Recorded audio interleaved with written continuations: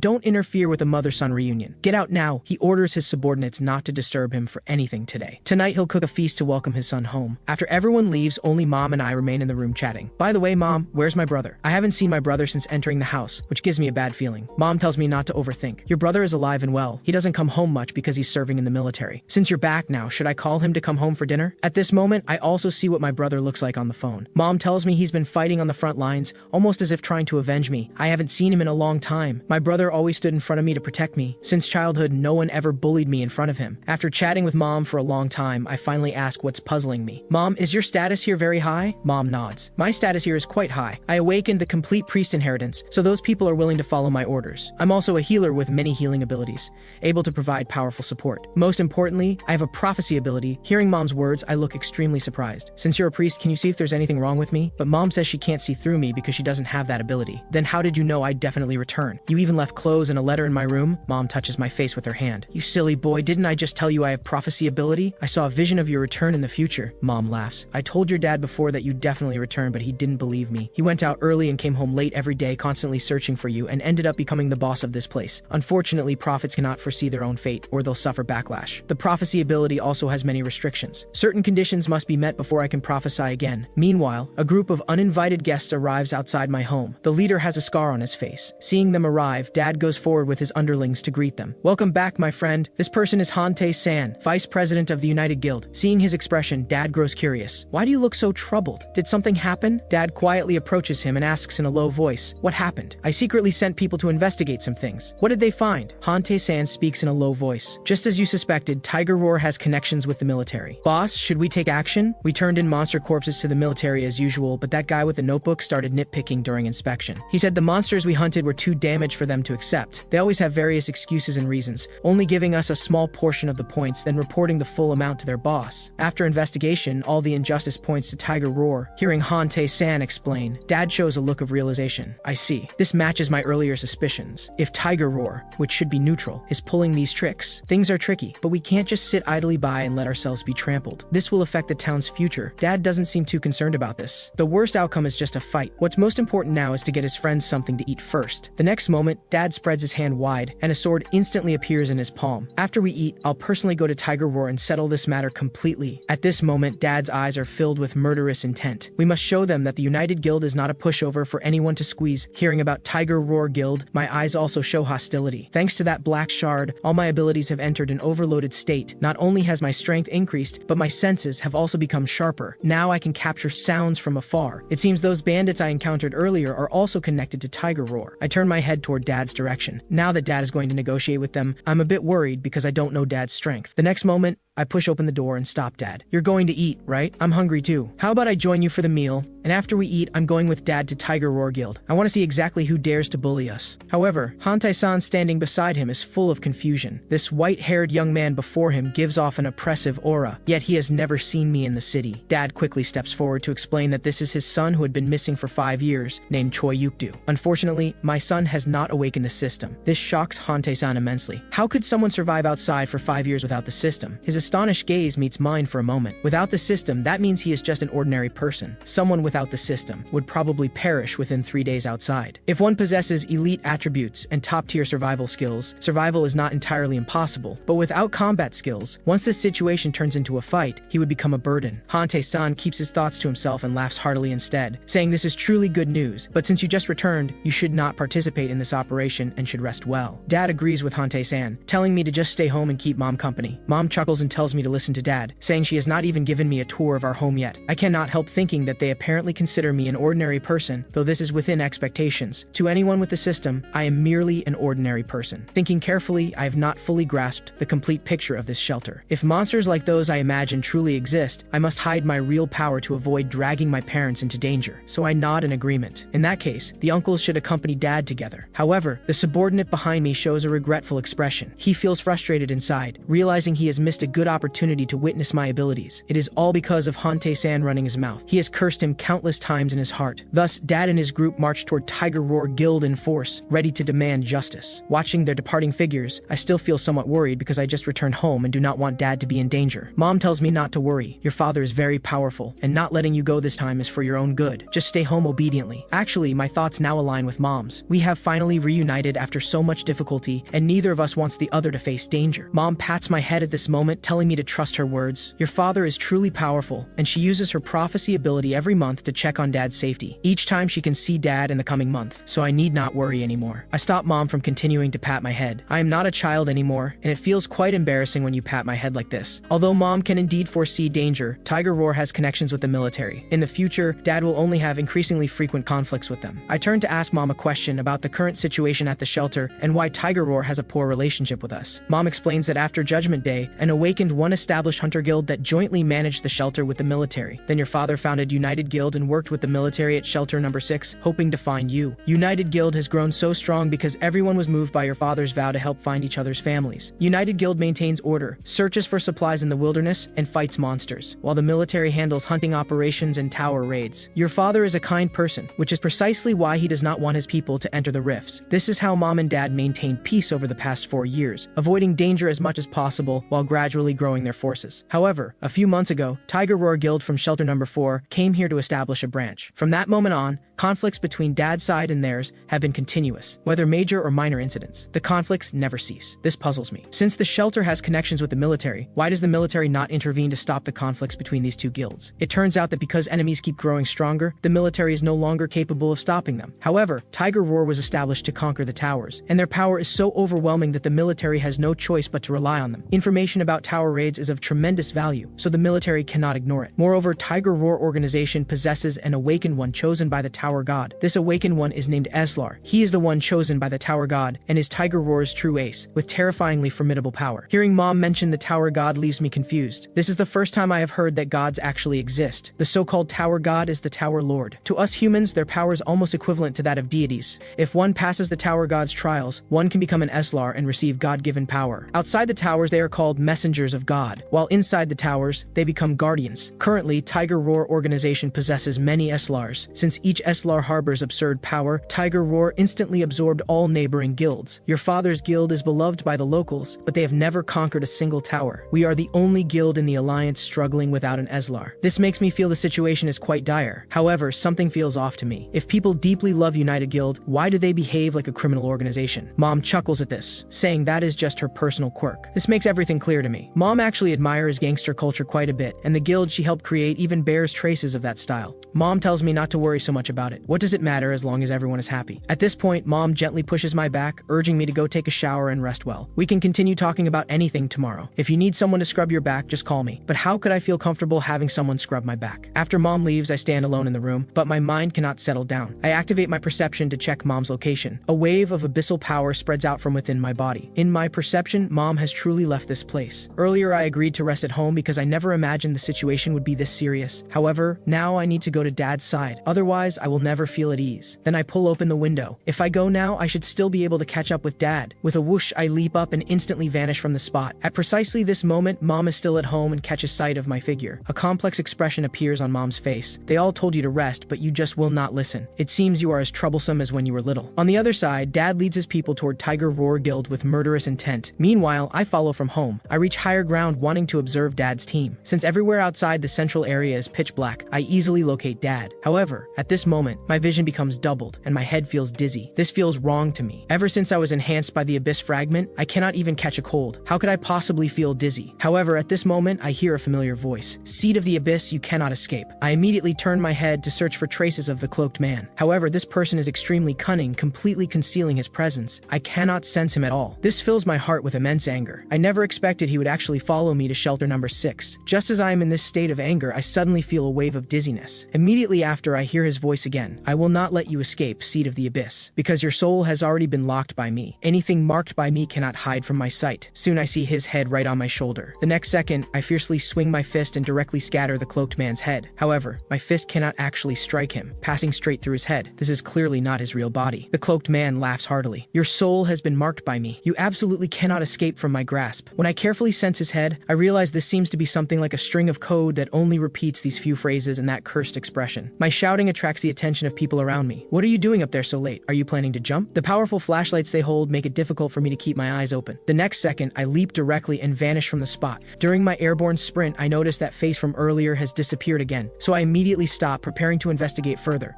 If that person is nearby, he is definitely a dangerous presence. What I did not expect is that the instant I stop, I see the cloaked man again. He once more repeats what he said earlier. This makes me form a hypothesis. Could his earlier disappearance have been because of the powerful flashlight? Thinking this, I feel it necessary to conduct an experiment. So I move beneath a street lamp and position my arm toward the light. In my assessment, if I remain in darkness for 7 seconds, the soul mark will be activated. If I lose my composure, it might also activate the soul mark. This thing is quite annoying. Thinking this, I use my other hand to gently press against the soul mark, keeping it in darkness for 7 seconds. Just as I suspected, that cursed head appears again. However, this time I mirror his expression and even say the same words. Your soul has been marked by me. You cannot escape, seed of the abyss. After a passerby witnesses this, he curses me as a delusional teen. It appears only I can see this face. When I walk under light, harsh noise begins ringing in my mind. However, after a while, the mark disappears, and I can no longer see that cursed head. He must have planted the soul mark on me long ago. When I was at home, was it because of the sunlight and indoor lighting that I did not experience these things earlier? My speculation should not be wrong. It must be this way. This makes me feel somewhat troubled. How should I deal with this head? The reason the cloaked man planted this soul mark on me is probably to easily locate my position. It appears he could launch an assault at any moment, so I absolutely cannot lower my guard. This person is an extremely dangerous existence. First, I must find Dad. As for this infuriating face, I will ignore it if I can. When light shines on me, that face disappears. It seems my hypothesis is correct. He does not appear when there is light. If it is truly as Mom said, and United Guild has become useless to the military, then Dad may very likely be in mortal danger. At this moment, I think of the monk I encountered during the day. I do not know how many powerful individuals are in the shelter, but the military alliance with Tiger Roar Guild absolutely cannot just sit quietly. They may very well be attempting to destroy United Guild. If this is the case, even if I must kill everyone, I will protect Dad and Mom. Everyone who threatens our lives must die. At this moment, my expression becomes somewhat desolate. I truly wish to return to the peaceful society of the past, where our whole family could live safely every day. Soon I arrive at Dad's location. They stand before the Tiger Roar Guild building. However, I do not follow them up, but hide behind a pillar, observing the situation ahead. I really want to know how Dad will negotiate with Tiger Roar Guild. When conflict arises with others, violence is actually the last resort. This is the truth Dad once taught me. However, at that time, I only half understood because I was still young and did not know how to fight at all. I do not know whether Dad will actually fight with Tiger Roar Guild members. If he does, I will have to step in. Just then, I hear what seems like commotion in the crowd. Could negotiations be starting? Turning to look, I notice 2 guild members ahead seem extremely excited, unable to suppress their smiles. Then I see Dad ahead making a sword-drawing motion. Dad's aura at this moment is incredibly intimidating. His guild members mentioned that last time, Dad left a nearly 20-meter scar on an opponent. At this point, Dad speaks, his eyes filled with murderous intent. Park Tae-jun, I have already arrived at your guild's doorstep. Will you still not come out to greet me? The next moment, the blade in Dad's hand is instantly unsheathed. At the instant of drawing, I sense a terrifying power radiating from the sword. With a sharp ring, a resounding sword cry swiftly rushes toward the building ahead. Beyond this, I also see a blade aura. The next second, rubble flies everywhere. The entire building is sliced into 2 halves. At this moment, Dad's expression has completely lost the warmth he showed at home. All that remains is endless murderous intent and domineering presence. Hante-san beside him watches all this expressionlessly, while his subordinates behind him are extremely excited. This scene completely shocks me on the spot. Everything Mom said was true. Dad is truly powerful. It seems my worry was somewhat unnecessary. Afterward, Dad slowly sheathes his sword. That building has been diagonally split in half by him. At this point, Dad speaks slowly. It has been a while since I last took action. Do they truly think we are dead? How dare they so brazenly bully our people? At this moment, I gently tap one of Dad's subordinates. I want to ask him a question. Has the boss always been like this? He is incredibly fierce. Hearing this, that subordinate shows an extremely admiring expression. Do you not know? The boss is famous for being the first to charge into a fight. Hearing this, I am extremely surprised and casually remark that he always likes to save violence as a last resort, does he not? From this subordinate's tone, it seems Dad has said this to them too, but that was his old philosophy. Back then, he still believed the military could solve problems, but now things are different. What happened later was quite interesting. Whenever our people went to the military-controlled area, small conflicts would always break out. The continuous conflicts led to a change in the boss's philosophy. Solving problems with fists is the fastest way. If you cannot win the fight, talking is useless. Basically, beat them first, then reason with them. This is the boss's new philosophy, and also the philosophy we pursue. After listening to the subordinate's account, I feel Dad's behavior is still somewhat reckless. From my observation of that monk, do not the strong usually avoid trouble? How is it that Dad rushes toward difficulties instead? Looking at Dad's figure ahead, could I have misunderstood him earlier? Or does possessing power like Dad's allow one to act domineeringly as one pleases? Perhaps I was simply deceived by that monk earlier. He may also possess terrifying power and acts domineeringly everywhere. It seems I still do not understand this world well enough. Meanwhile, inside a building, a figure emerges on the rooftop. He watches the scene ahead, where several helicopters are handling a monster corpse. At this moment, the monk has removed his blindfold. A green gleam flashes across his eyes. This is his skill. The auspicious eye has been activated. He sees what appears to be a torn-apart level 90 boss without burn marks from heavy weapons or other scars. This scene is the monster I killed during the day. The monk once again covers his eyes with cloth, sighing that this world actually has so many powerful individuals. This is truly frightening. It seems we must be cautious, even more cautious. On the other side, inside the building Dad sliced through, wisps of white smoke still rise. Dad and his group are all here, waiting for Tiger Roar Guild's leader to come out and negotiate. Before long, a group walks out from inside. The person leading them curses angrily, calling Dad a bastard. That person says angrily that you think the current situation is the same as when the shelter was first built. Hearing this, Dad seems to recall unpleasant memories and retorts angrily. Of course the situation has changed, especially since annoying people like you appeared. As soon as he finishes speaking, Dad lifts the blade in his hand slightly. I should have killed you directly back then to eliminate future troubles. That person seems unconcerned by Dad's provocation. Then why do you not do it now? Are you afraid? After being provoked by him, veins bulge on Dad's face. Do you think I cannot kill you now? The next second, the blade in Dad's hand immediately unsheathes. Bolts of lightning dance all around the sword. This scene makes Park Tae-jun tremble in fear, terrified that Dad will strike him down with one blow. Park Tae-jun's heart becomes extremely anxious. I have completely enraged him. You people should come out quickly. Is his anger still not enough yet? Thinking this, Park Tae-jun insults Dad again. You cannot even draw your sword properly, you coward. If you have the guts, come strike me. I want to see if you truly have the courage. Park Tae-jun becomes increasingly agitated. Someone as weak as you is not even worthy of carrying Tiger Roar Guild's shoes. The next moment, Dad becomes completely enraged. Gripping his sword, he charges straight at Park Tae-jun. However, at this moment, Park Tae-jun instantly releases his shield and summons God-given power, blocking Dad's strike. At this instant, a shadowy man and Park Tae-jun simultaneously share a thought. You have finally taken the bait. The next moment, a man walks out from behind. All of you do not move. This man is a level 63 assassin. He says angrily that you have quite some nerve, daring to incite conflict within the shelter. His appearance greatly shocks the guild members. This is someone from the military. How could they appear here? Do they intend to join forces with Tiger Roar Guild? I glance at that level 63 assassin. He must be the soldier supporting Tiger Roar Guild, but this is absolutely not a coincidence. I fix my gaze on the building above. I can sense many people lying in ambush inside this building. It feels like Dad is definitely going to suffer this time. This person's appearance is absolutely not accidental but inevitable. He must have set a trap long ago waiting for Dad to fall into it. This person's appearance brings the fight to a halt. However, the situation remains a stalemate. Dad knows in his heart that he has definitely fallen into a trap today. However, he never expected the military to directly abandon United Guild and turn to cooperate with Tiger Roar Guild. The smile on that assassin's face never ceases. According to Article 15 of the Temporary Shelter Safety Law, dueling within the shelter is prohibited. Violators will face imprisonment of 15 days or more based on the severity. If severe, one may even face the death penalty. Will you comply with our instructions? Now Dad completely understands. So this is their plan. First provoke him, then when he retaliates, use the law to arrest him. This is simply a top-tier conspiracy executed in plain sight. When Dad sees the assassin's composed expression, he cannot help but feel puzzled. Does he not worry about his corrupt behavior being exposed? This is unbelievable. He is so brazenly attempting to frame him. Dad also knows that once imprisoned, they can indefinitely extend his sentence or make him disappear in an unfortunate accident. So he absolutely cannot be caught by them. Otherwise, Tiger Roar Guild will seize his territory and assets while he is imprisoned, and even his wife and child will face this calamity. However, why would the military go to such great lengths to disrupt the balance? Could there also be power struggles within the military? If so, that would be truly terrifying.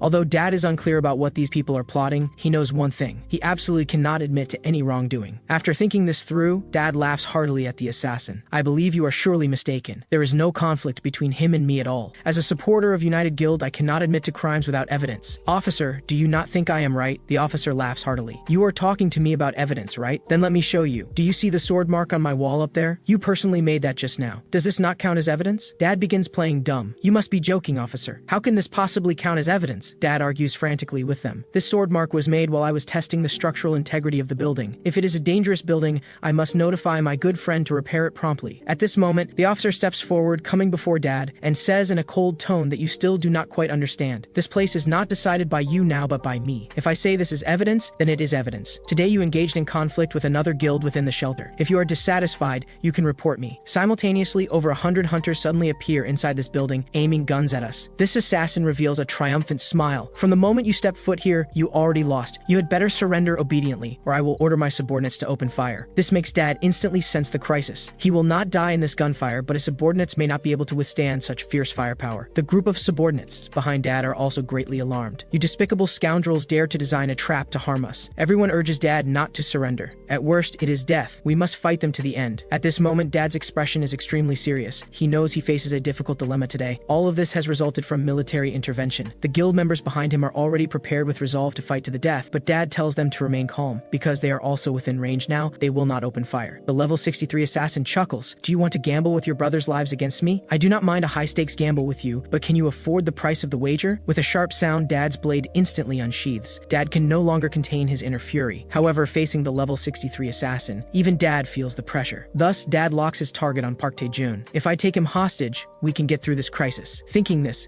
Dad swiftly draws his blade. The assassin and Park Tae-jun instantly become alert. Is he finally making his move? Park Tae-jun immediately activates his sword shield. He cannot become the weakest link. An agent's defensive skills differ from other classes, allowing analysis of more information about incoming attacks. Therefore, Park Tae-jun believes that at this distance, he should be able to block Dad's attack. What Park Tae-jun deploys is sword shield defense, which can only block sword-type attacks. However, precisely because of this, when facing swords, he can perform beyond his level. Park Tae-jun previously tested his sword shield and confirmed it can block a full-force strike from a level 69 warrior. Therefore, he believes Dad, a level 65 warrior, poses no real threat. At this moment, he is already imagining in his mind the sight of Dad's sword breaking after striking his shield. Park Tae-jun shouts loudly, "If you have the ability, shatter this shield of mine." On the other side, the military personnel continue pressing. Choi Jin-han, will you comply obediently now, or do you want to be locked up together with all your companions? Choi Jin-han's expression is extremely grim. Now is the time for him to make a decision. Han Tae-san behind him urges Dad never to surrender. Even if it means death in battle, he must absolutely not surrender. Choi Jin-han's heart is conflicted. He does not want to drag his brothers down. Choi Jin-han's hand pauses on the blade handle for a moment. He makes a decision in his heart. He directly hands the blade to the other party. This action represents his abandonment of the fight. Han Tae-san is immensely shocked. He never expected the boss to make such a decision. On the contrary, the military personnel reveal a triumphant smile. It seems you have made a wise choice after all. All the guild members show angry expressions. Watching the military personnel so brazenly mock them, how can they not feel furious? Little do they know that Han Tae-san has already prepared for battle in his heart, because he and Choi Jin-han share a signal. When he raises the sword, it means ready. If he releases it, that represents imminent combat. The next second, Han Tae-san erupts with a terrifying aura. Magical power circulates wildly within his body. Others do not know he and Choi Jin-han have this tactic, so they will certainly be careless for a moment. With a surprise attack, they might successfully eliminate the strong opponent. At this moment, Dad throws the blade directly onto the ground. This signals the battle begins. Park Tae-jun is somewhat surprised. He does not understand why Choi Jin-han's blade disappeared. However, there is no time for him to think further, because Choi Jin-han's body swiftly charges toward him. This frightens him into directly maximizing his shield's energy. With this shield present, Park Tae-jun's heart gains reassurance. This shield bears magic to block sword strikes. No one can break through it. The next moment, Choi Jin-han waves his hand again. The sword's phantom suddenly appears in his grasp. Since you are so confident your shield can block my attack, let me test it. Park Tae-jun remains completely unfazed by this. This shield cannot even be broken by level 69. What makes you think you can succeed? However, at this moment, Han Tae-san behind them instantly releases the magical power he has been accumulating. He controls the rubble on the ground, causing it to slowly float upward. The purpose of doing this is to have the rubble cover the sword tip. They also understand Park Tae-jun's defensive method. What he deploys is a sword shield, which can only block sword strikes. Immediately after, Choi Jin-han swiftly swings his sword and directly shatters Park Tae-jun's shield. The power of this strike feels as if a hammer smashed his shield, causing his internal organs to churn continuously. What a miscalculation. It was not a sword strike, but a hammer strike. In this case, even the hardest sword shield cannot withstand his attack. At this moment, Dad's attack does not stop but intends to deliver consecutive fatal blows. The soldier beside him laughs heartily. I know what your target is. Having said this, he swiftly turns and swings a dagger toward Dad. Now I can touch you, but you cannot touch me. If you dare lay a finger on me, you are finished. However, how could Han Tae-san behind them allow this to succeed? With a squeeze of his large hand, he directly assists Dad's defense remotely. A stone net rapidly bursts from the ground at this instant, preventing the assassin's arm from penetrating. The assassin feels somewhat challenged. These floating stones restrict his movements. On the other side, Park Tae-jun completely panics.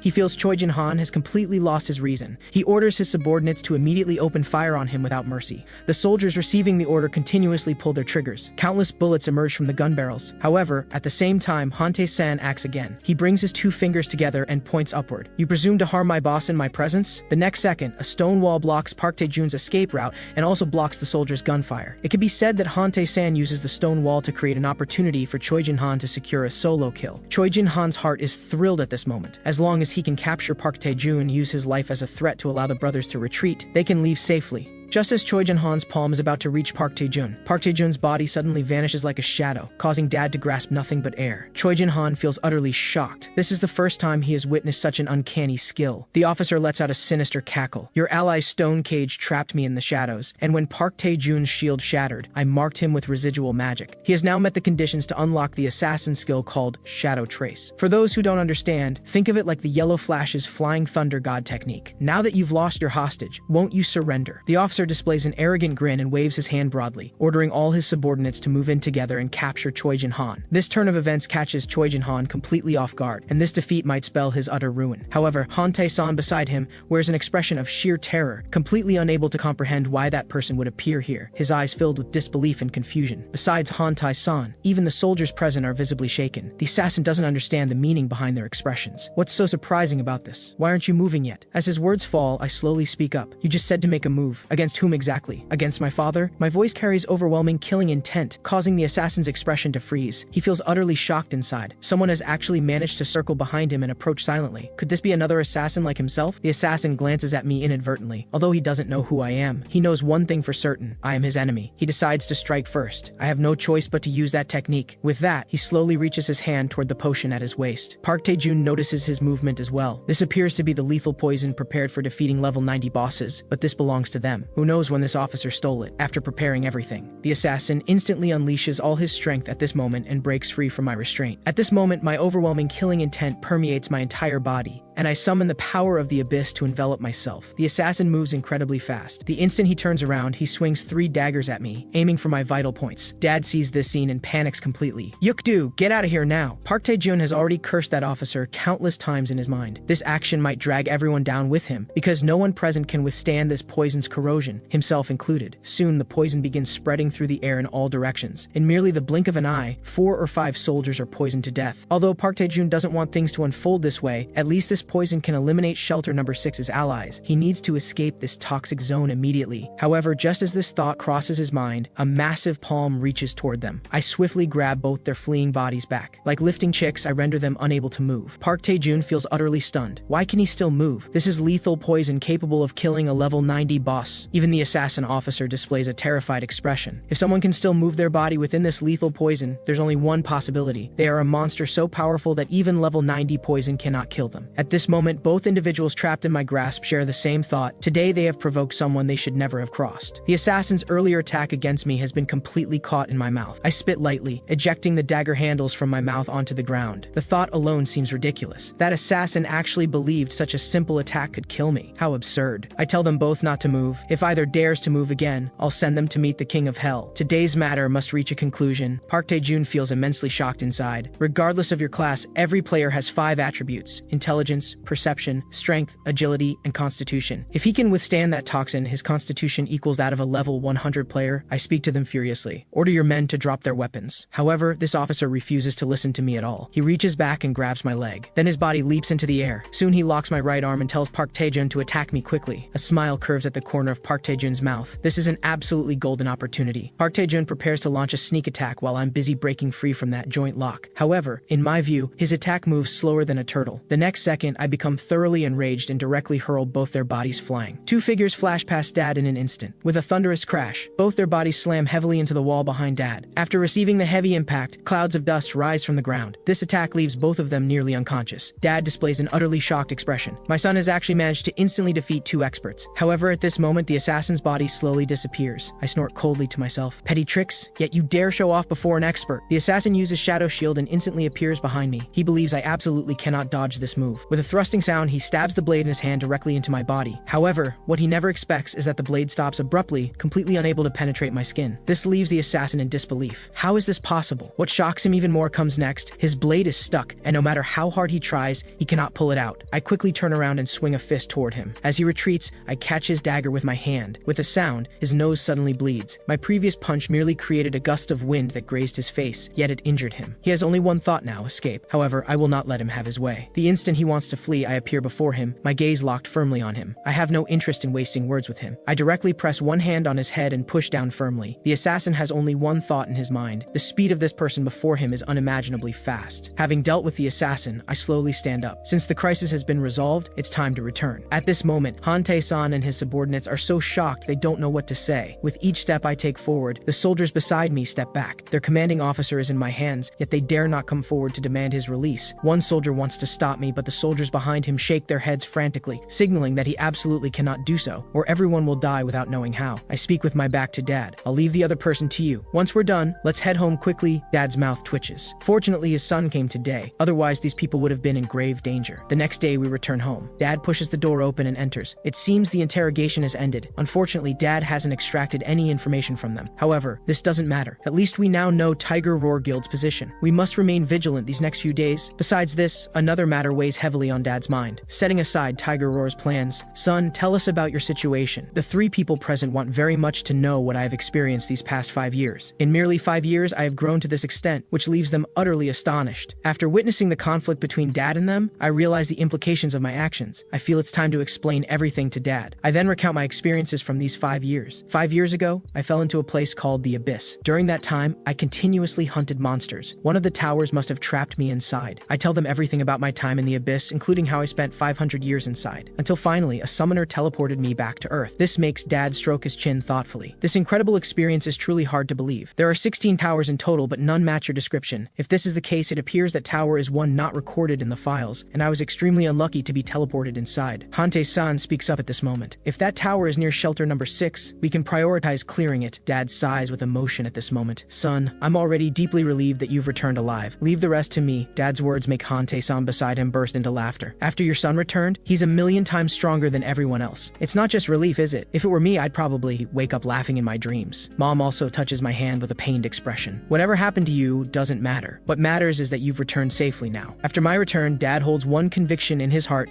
He absolutely cannot let this family fall apart again.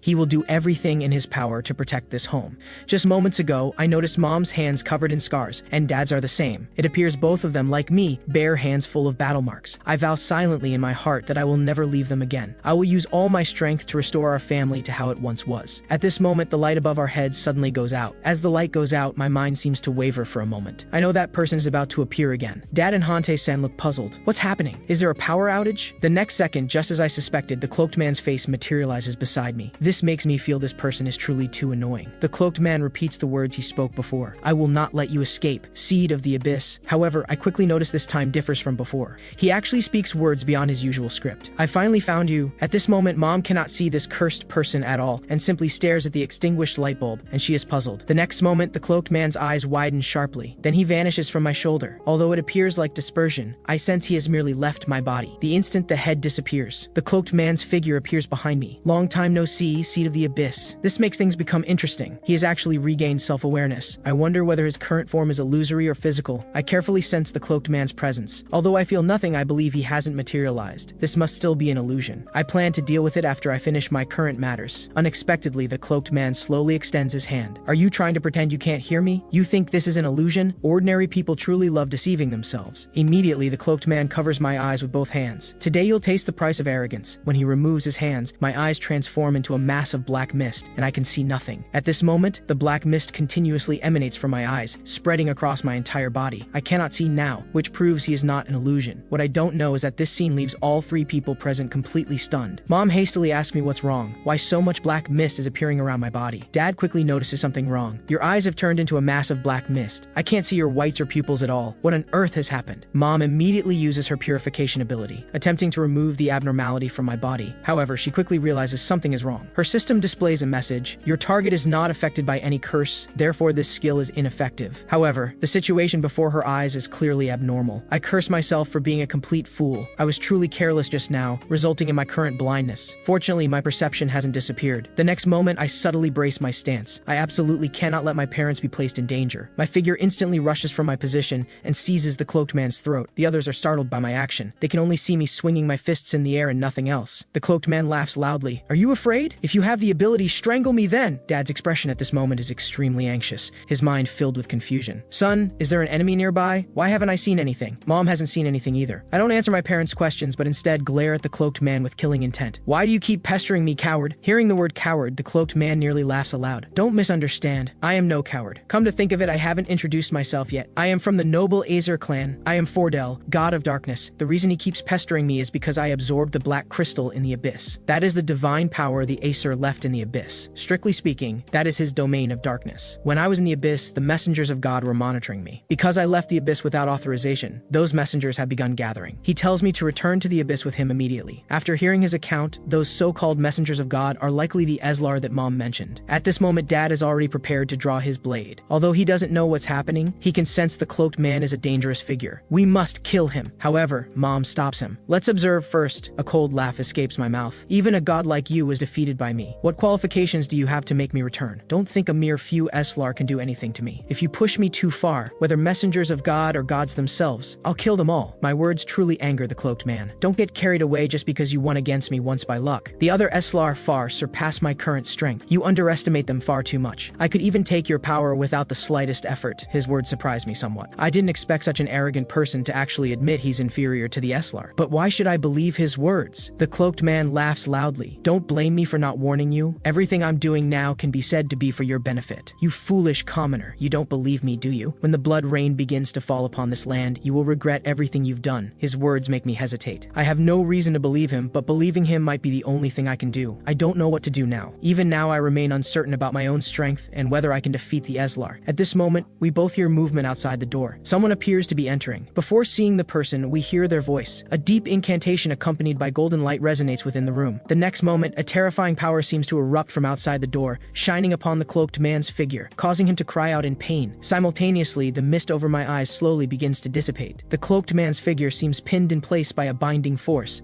No matter what techniques he uses, he cannot escape this constraint. The newcomer speaks slowly. What he said just now is true. I believe him. Upon seeing the arrival, Father displays a delighted expression. "Xu Shanxi, how did you come here?" Meanwhile, when that radiance covers my eyes, my sight has already been restored. Looking up, the person before me turns out to be the monk from the shelter entrance. Just as I suspected, he is indeed a hidden expert. I look toward Father behind me. "Do you know him?" Father nods. "I not only know him, but we're quite familiar. It was he and I who founded the United Guild together. However, he now has a matter he needs to discuss with us, and it's extremely urgent." Dad steps forward to inquire. "What exactly has happened?" "I'll tell you later. Let me finish discussing matters with your son first, then I'll explain to you." 2.5 hours pass this way. After everyone leaves, I ask Xu Hansi to explain what this urgent situation he mentioned actually is. Xu Hansi points to his own eyes. "Although I am not Eslar, my eyes can see divine power. Because of this, I was able to use forbidden arts to seal that god." That god refers to the cloaked man. "Moreover, although my divine power shares the same nature as the cloaked man's, its strength far surpasses any deity. Regardless of how I obtained it, we no longer have time to investigate. Several massive divine powers are converging here,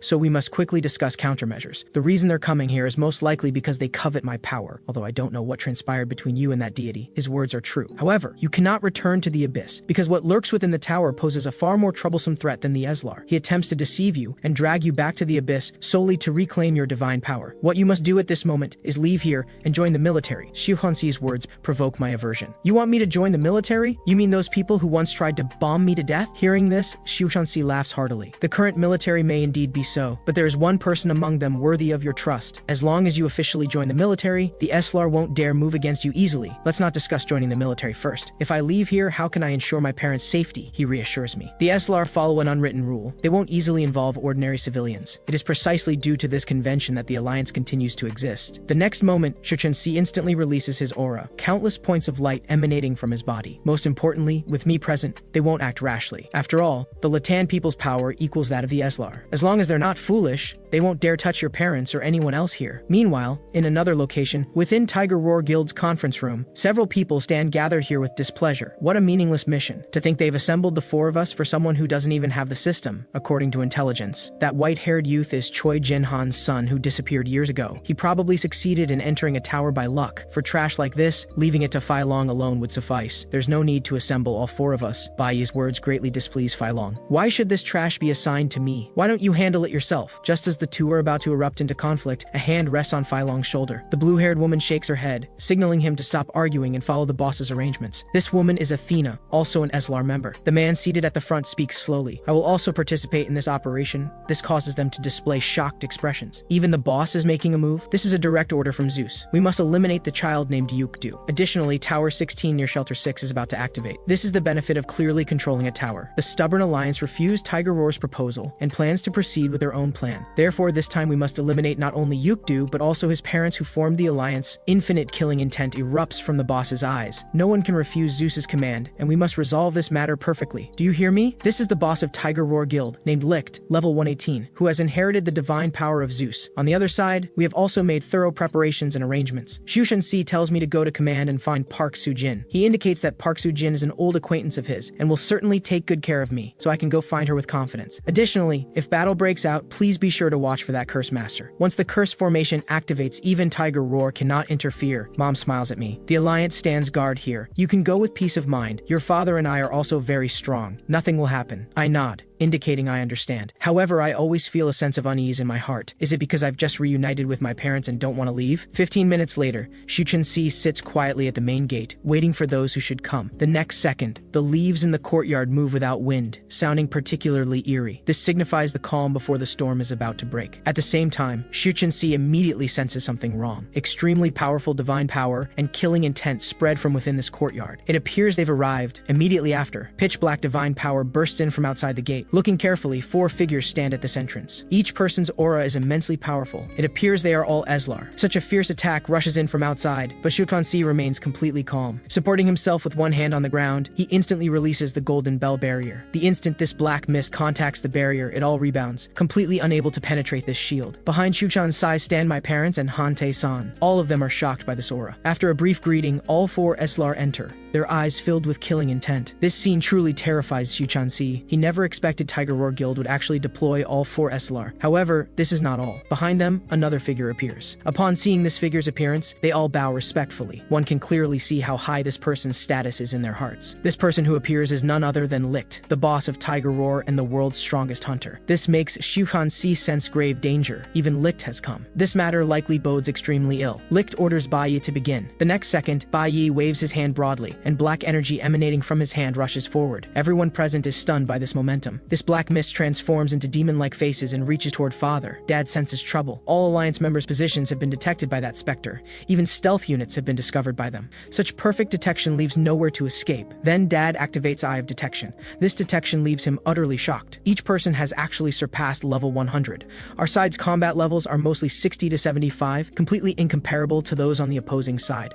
This level difference is no joke. If mishandled, people will truly die. Xiushensi speaks slowly. It's quite late. What brings you all here? Bai Yi turns to look at their boss. According to the specter's detection, that person doesn't seem to be here. Licht steps forward. Stop playing dumb. Tell me where he is. However, Xiushensi continues feigning ignorance. What do you mean? You suddenly mention him out of the blue. I have absolutely no idea who you're referring to. This provokes the hot-tempered Fei Long beyond tolerance. His mouth twists as he speaks. You bald fraud, if you don't speak now, everyone here will die. I advise you to wise up facing Fei Long's outburst. Even Xiushensi's good temper flares. It appears you lack proper upbringing. Allow me to educate you properly. This suits Fei Long perfectly. I've always despised you monks acting so superior. Today I want to see exactly how you plan to discipline me. Meanwhile, Mom has already prepared herself here. At this moment, Mom no longer displays her usual gentleness. Her eyes brim with killing intent. The instant she activates the barrier, a mass of black-green smoke envelops all enemies present. This is one of Mom's skills, capable of placing curses on opponents' bodies to weaken them. However, they don't seem to feel anything and instead observe their systems with interest. Fei Long can no longer tolerate the monk before him and prepares to start with him. You despicable people actually ambush us with curses. In merely the blink of an eye, Fei Long arrives before the monk, his face displaying an extremely arrogant smile. Even cursed by trash, I alone can crush your alliance. At this moment, the reversal comes. Xiushensi swiftly opens his palm and catches Fei Long's incoming fist. This shocks Fei Long immensely, his eyes filled with disbelief. Xiushensi smiles and speaks. You seem to lack understanding of the alliance. Today let me show you the alliance's power. Fei Long then discovers discovers with horror that his level has actually dropped from 100 to 70, a full 30-level decrease. Xu Kansi chuckles coldly. Losing levels isn't such a big deal, wouldn't you say? Immediately after, his palm presses heavily upon Fai Long's collarbone. The next second, Fai Long's body is directly sent flying by Xu Kansi, without even a chance to retaliate. Simultaneously, not only Fai Long but all Tiger Roar Guild members present drop 30 levels. This is the power of the curse. Upon entering the curse zone, levels decrease by 50% of the caster's level. I want to see how you defeat us when the level gap isn't significant. However, Licht displays no trace of fear and instead laughs strangely. His expression turns wildly arrogant as he speaks. It appears things have become interesting. Then he signals to Athena behind him. It's time for your performance. After hearing his command, Athena waves her palm as streams of magical power coalesce in her hand. At this moment, full-scale battle erupts completely. Licht wants very much to know whether Yukdu will rush back after learning of the situation here. A wave of dust sweeps over all of us, and teleportation power manifests around Dad and Xu Kansi. When they open their eyes again, they discover they have arrived at another location. This place is Athena's arena, specifically designed for dueling. This incredible power greatly shocks Xu Kansi. This is absolutely terrible now. Meanwhile, Licht remains at the United Guild. It's been so long since I encountered evenly matched opponents. My heart is racing. Waiting for Yukdu to fall into their trap like this is actually not boring at all. Simultaneously, other United Guild members curse at Licht furiously. You bastard, what have you done to our boss? Next, Licht intends to deal with these guild remnants. Your time has come. Meanwhile, on the other side, I have also found the direction where Park Soo-jin is located. I leap down from the air and land before them. This entrance completely impresses them. Park Soo-jin displays utter shock. Why has this mysterious hunter appeared here? After landing, I pull out the photo from my pocket and compare it with the blonde woman before me. There should be no mistake. She is Park Soo-jin. I hastily raise both hands, indicating I have no hostile intent. I'm from the Alliance. I'm seeking military protection. Park Soo-jin waves her hand, signaling her subordinates to lower their weapons. This person presents no danger. Park Soo-jin has already obtained my basic information. You're Choi Yukdu, correct? You disappeared suddenly 5 years ago and returned triumphantly 5 years later. However, she has something she's extremely curious about and wants to discuss with me properly. Meanwhile, inside the arena on the other side, the duel has also begun. Athena thrusts the staff in her hand forcefully into the ground. She begins summoning the gods with her voice. Please emerge and judge our battle. As she speaks, the staff in her hand gradually glows with red light. The next second, radiance from the staff shoots skyward. This light gradually coalesces into a humanoid figure. In merely moments, an angel manifests before their eyes. Father is greatly shocked. Is this the power of the gods? This duel feels extremely ominous. Below this angel, a blue barrier appears. Within this barrier lies the dueling space for both sides. Each side shall send 5 warriors. The first to achieve 3 victories will receive the blessing of Olympus. The losing side will be burned to death by divine light. Fai Long glares at us with extremely vicious eyes. You people are destined to be defeated here. Await the burning that will descend upon you. Mom feels somewhat worried in her heart. The gap between both sides' power levels and combat abilities is too great. Moreover, things happen too suddenly. She no longer has a way to foresee the future or view future scenes. Dad's eyes show some confusion. It's clearly 5 warriors. But why do we only have 8 people total here? Athena tells Dad not to worry. Since we said 5 warriors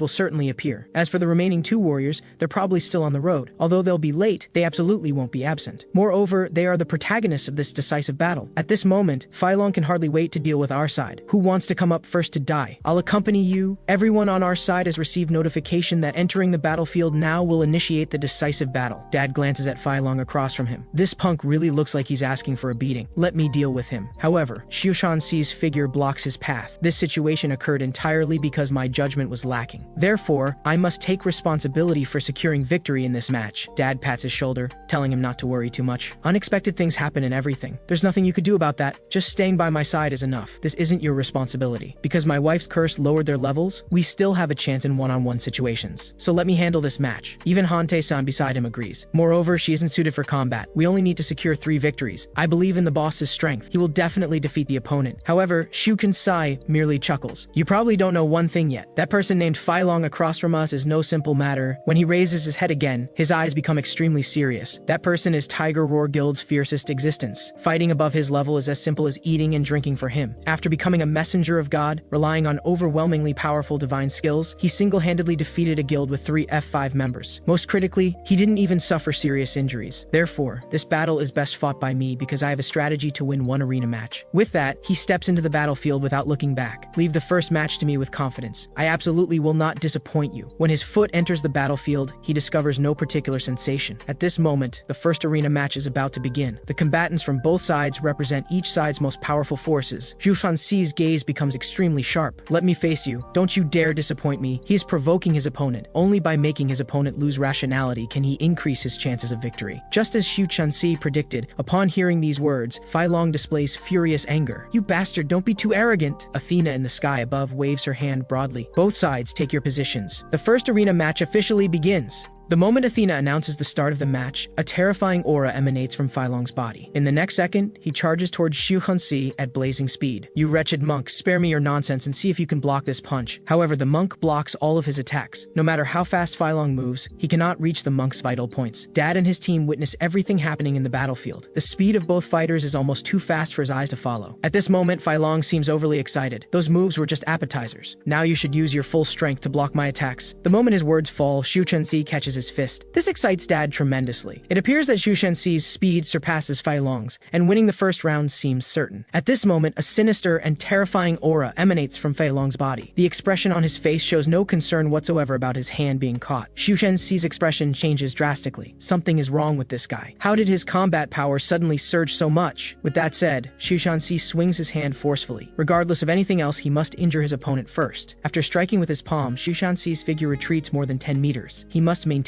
distance from Fai Long now. Sinister laughter escapes from Fai Long's mouth. "You are quite cautious, aren't you?" Even Athena and Bai Ye outside the arena admire Xiu Shenxi's caution. After launching an active attack, he immediately creates distance. His sense of danger is clearly very sharp. On Xiu Shenxi's side, when he struck Fai Long with that palm just now, his hand has already suffered backlash damage. Seeing this scene, Fai Long cannot help but laugh maniacally. He slowly extends his hand. "I told you before that you're a fool. It seems I was not wrong. How does my Cadmus's fang taste?" Hearing this name, a shocked expression appears on Xiu Shenxi's face. Cadmus is Fai Long's pet serpent, possessing his body and fighting alongside him. Fai Long tells Xiu Shenxi not to be afraid and to attack as much as he wants. His interest has just been piqued, and he does not want this to end so sloppily. As Fai Long's words fall, his figure vanishes from its original position. "Since you won't attack, then I'll be the one to strike. However, whether you can block my attacks depends on how good your defense is." Fai Long's body quickly arrives in front of Xiu Shenxi and swings a punch toward his face. Xiu Shenxi has no choice but to dodge, because a serpent is coiled around Fai Long's arm. The serpent's attack speed is incredibly fast. There is no telling whether its jaws will bite him in the next moment. Xiu Shenxi curses internally. This serpent is far too troublesome. After just a few exchanges, Xiu Shenxi clearly notices that the speed of the serpent on Fai Long's hand seems faster than before, and its bite force is even more astonishing. In anger, Xiu Shenxi snaps his eyes wide open. "Do you really think a monk is easy to bully?" In the next second, Xiu Shenxi's other fist strikes heavily on the serpent's head. However, at the same time, while using the serpent to attract Xiu Shenxi's attention, Fai Long's figure moves like a phantom. With a bang, Fai Long's punch forces Xiu Shenxi's body backward. Only at this moment does Xiu Shenxi get a chance to catch his breath. He feels something is wrong. The serpent's speed increased, but how did Fai Long's speed also increase? Then he realizes he has been poisoned by the serpent. His overall attributes have decreased, and he instantly understands that it is actually his own speed that has slowed down. At this moment, Fai Long is extremely arrogant. As a monk, your endurance to last this long is already quite impressive. The poisoned dragon's fang enhances strength and restores health from the blood it absorbs from its victims. In Fai Long's view, this wretched monk has already reached his limit. Dad begins to assess Fai Long's condition at this time. If this battle continues, the gap between them will only widen. He wonders whether Xiu Shenxi can survive this ordeal. The battle between Fai Long and Xiu Shenxi is raging intensely, with Fai Long currently holding the upper hand. At this moment, Fai Long kicks out and strikes heavily on Xiu Shenxi's shoulder. While continuously attacking, Fai Long laughs mockingly. "How does it feel to have dragon poison permeating your entire body? I want to see how long you can last." In the next moment, Fai Long's punches all land on Xiu Shenxi's body. However, Xiu Shenxi has no time to counterattack right now. He continuously chants sutras from his mouth. Hearing these muttered scriptures, Fai Long laughs heartily. "You wretched monk, do you really think chanting sutras now will help? Do you expect Buddha to come save you?" However, what Fai Long does not know is that Athena and Bai Yi have noticed something unusual. Are my eyes deceiving me? Is there really divine power enveloping this monk? He is not even an Eslar. At this moment, golden rays of light emerge on Xiu Shenxi's body, covering him. Fai Long, engaged in battle, does not notice this. Xiu Shenxi blocks Fai Long's attacks while continuously chanting sutras. Dad outside the arena is greatly shocked. He witnesses an incredible scene. This move is extremely risky, but under these circumstances, he actually thought of such a breakthrough solution. "We are really going to win this match," because at this moment, Xiu Shenxi is virtually invincible. At this time, Xiu Shenxi brings his palms together. All dharmas return to one. The dharma form is forged within the Vajra precepts. "I pay homage to all Buddha manifestations. Heed my summons." At this moment, Fai Long finally realizes something seems wrong. This guy's aura is actually surging explosively. In an instant, a golden Buddha appears in the void. The eyes of this golden bodhisattva are filled with contempt, seemingly not placing Fai Long, the messenger of foreign gods, in its regard at all. Its majesty is absolute. absolutely unshakable. However, this scene only shocks Fai Long briefly. He does not care about any gods. These are just petty tricks. Do not think they can block my attacks. Xu Hansai's figure is suspended in mid-air, controlling the Great Buddha and preparing to launch a counterattack. Suddenly, Xu Hansai's figure bursts forth, moving at an unbelievable speed. However, this suits Fai Long just fine. You idiot, you actually want to engage in close combat with me? Your confidence must come from the armor forged by divine power on your body. This reminds Fai Long of a certain point in the past when he had killed someone just as foolish as Zhu Chenxi. That person had believed he could use condensed divine power to block the poison dragon's fangs. However, what he did not know was that divine power is an even richer energy source than fresh blood. As a result, that person did not even last 2 rounds in Fai Long's hands before being killed outright. Now before him appears another fool just the same, so Fai Long believes the outcome should be identical. However, what Fai Long never expects is that Xu Chenxi's fist actually strikes heavily on his face. The speed of this punch gives him absolutely no time to react. Xu Chenxi swings his arm, and the recoil force of that power directly sends Fai Long's body flying. This fills him with disbelief. He actually used divine power to suppress the poison dragon's debuff and restored his own speed. Then immediately after, Xu Chenxi's large foot kicks him in the lower abdomen. Fai Long spits out a mouthful of fresh blood. It seems not only has his speed recovered, but his strength has also recovered, along with his reaction ability. It appears he has received a significant boost in all aspects. Having regained his strength, Xu Chenxi furiously beats Fai Long, as if venting all the frustration he had just endured. Fai Long's pain tolerance is also extremely formidable. It can be said that he is the strongest tank in the guild. He directly withstands Xu Chenxi's attacks and seizes opportunities to use the poison dragon to counterattack. Fai Long's eyes are filled with excitement. You probably do not know yet, but the divine power on your body is the most perfect nourishment for my pet. You cursed monk, just obediently become food for the poison dragon. This shocks Xu Chenxi immensely. How is this possible? His divine power is actually being absorbed by the poison dragon. Fai Long laughs heartily. Your divine power is now mine, so I have won this arena match. However, what Fai Long never expects is that the divine power he just absorbed can actually restrain his movements. His expression turns to one of horror. He has no idea what just happened, because at this moment, his ability to mobilize divine power has been completely blocked. In other words, he can no longer control divine power. Xu Chenxi chuckles. You arrogant fellow, do you not think you are celebrating too early? As his words fall, he blasts out a punch striking the poison dragon. You always call me a fool, but it turns out you are even more foolish than me. You probably do not know yet, but the Rakshasa power on my body places an extreme burden on the body. These words completely stun Fai Long. Does this mean even my poison dragon cannot absorb your divine power? How is this possible? Xu Chenxi looks at him as if looking at an idiot. When did I ever say this was divine power? You are far too naive. Although he is conversing with Fai Long, Xu Chenxi's attacks have never stopped. With a bang, Fai Long flies out after being struck. Who would have thought that the renowned Fai Long of Tiger Roar Guild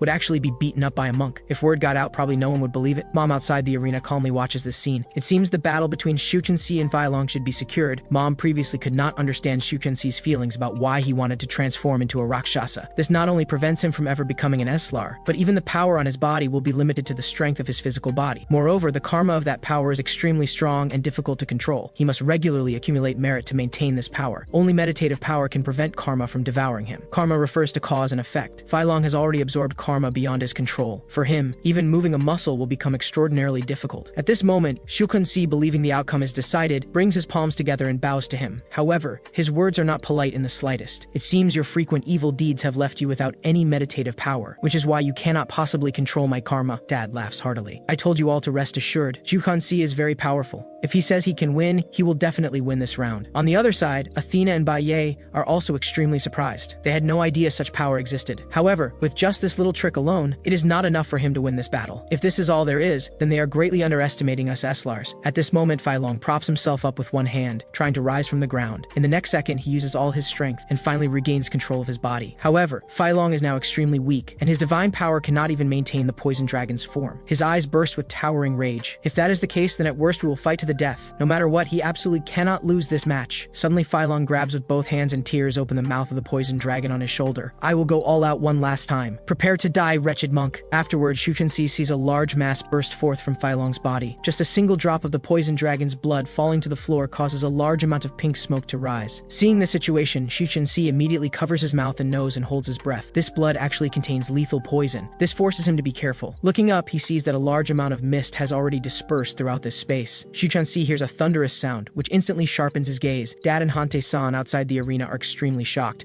This sound seems like war drums, but how is this possible? At this moment, Fai Long is completely unaffected within the smoke, as if still conducting some kind of ritual. General Ares, I offer the blood of the poison dragon. Please grant me your spear. As his words fall, this mass of smoke slowly forms into a tornado. In an instant, a spear of the same hue appears in midair. Fai Long wants to extend his hand to catch this spear. This is his final trump card. As long as he has this spear, he can continue fighting until this body turns to dust. There is no fear in Fai Long's eyes, only endless battle intent. Athena is utterly astonished upon seeing this. This is actually a divine weapon. Even an Eslar cannot use it without level restrictions, and can only wield it briefly. It carries the power of the gods and can adapt to the combat style of the Eslar who wields it. Baye laughs heartily. This is probably the insurmountable gap between ordinary players and Eslars. Shu Ken-si might be doomed today. At this moment, Athena feels somewhat worried. Fai Long offered the poison dragon that Ares gave him. If the gods see through this little trick, they will surely be furious. However, given Ares' merciful nature, if Fai Long wins, he probably will not pursue the matter. But conversely, the same logic applies. If Fai Long loses, then he will face unimaginable punishment. Clearly, at this moment, Fai Long cannot care about any punishment and only wants to win the battle before him. Athena quickly dismisses her concerns. An ordinary player could never possibly defeat an Eslar wielding a divine weapon. I am really worrying for nothing. After obtaining the spear, Fai Long's confidence surges greatly. He now completely does not place Shushin Silicon in his regard,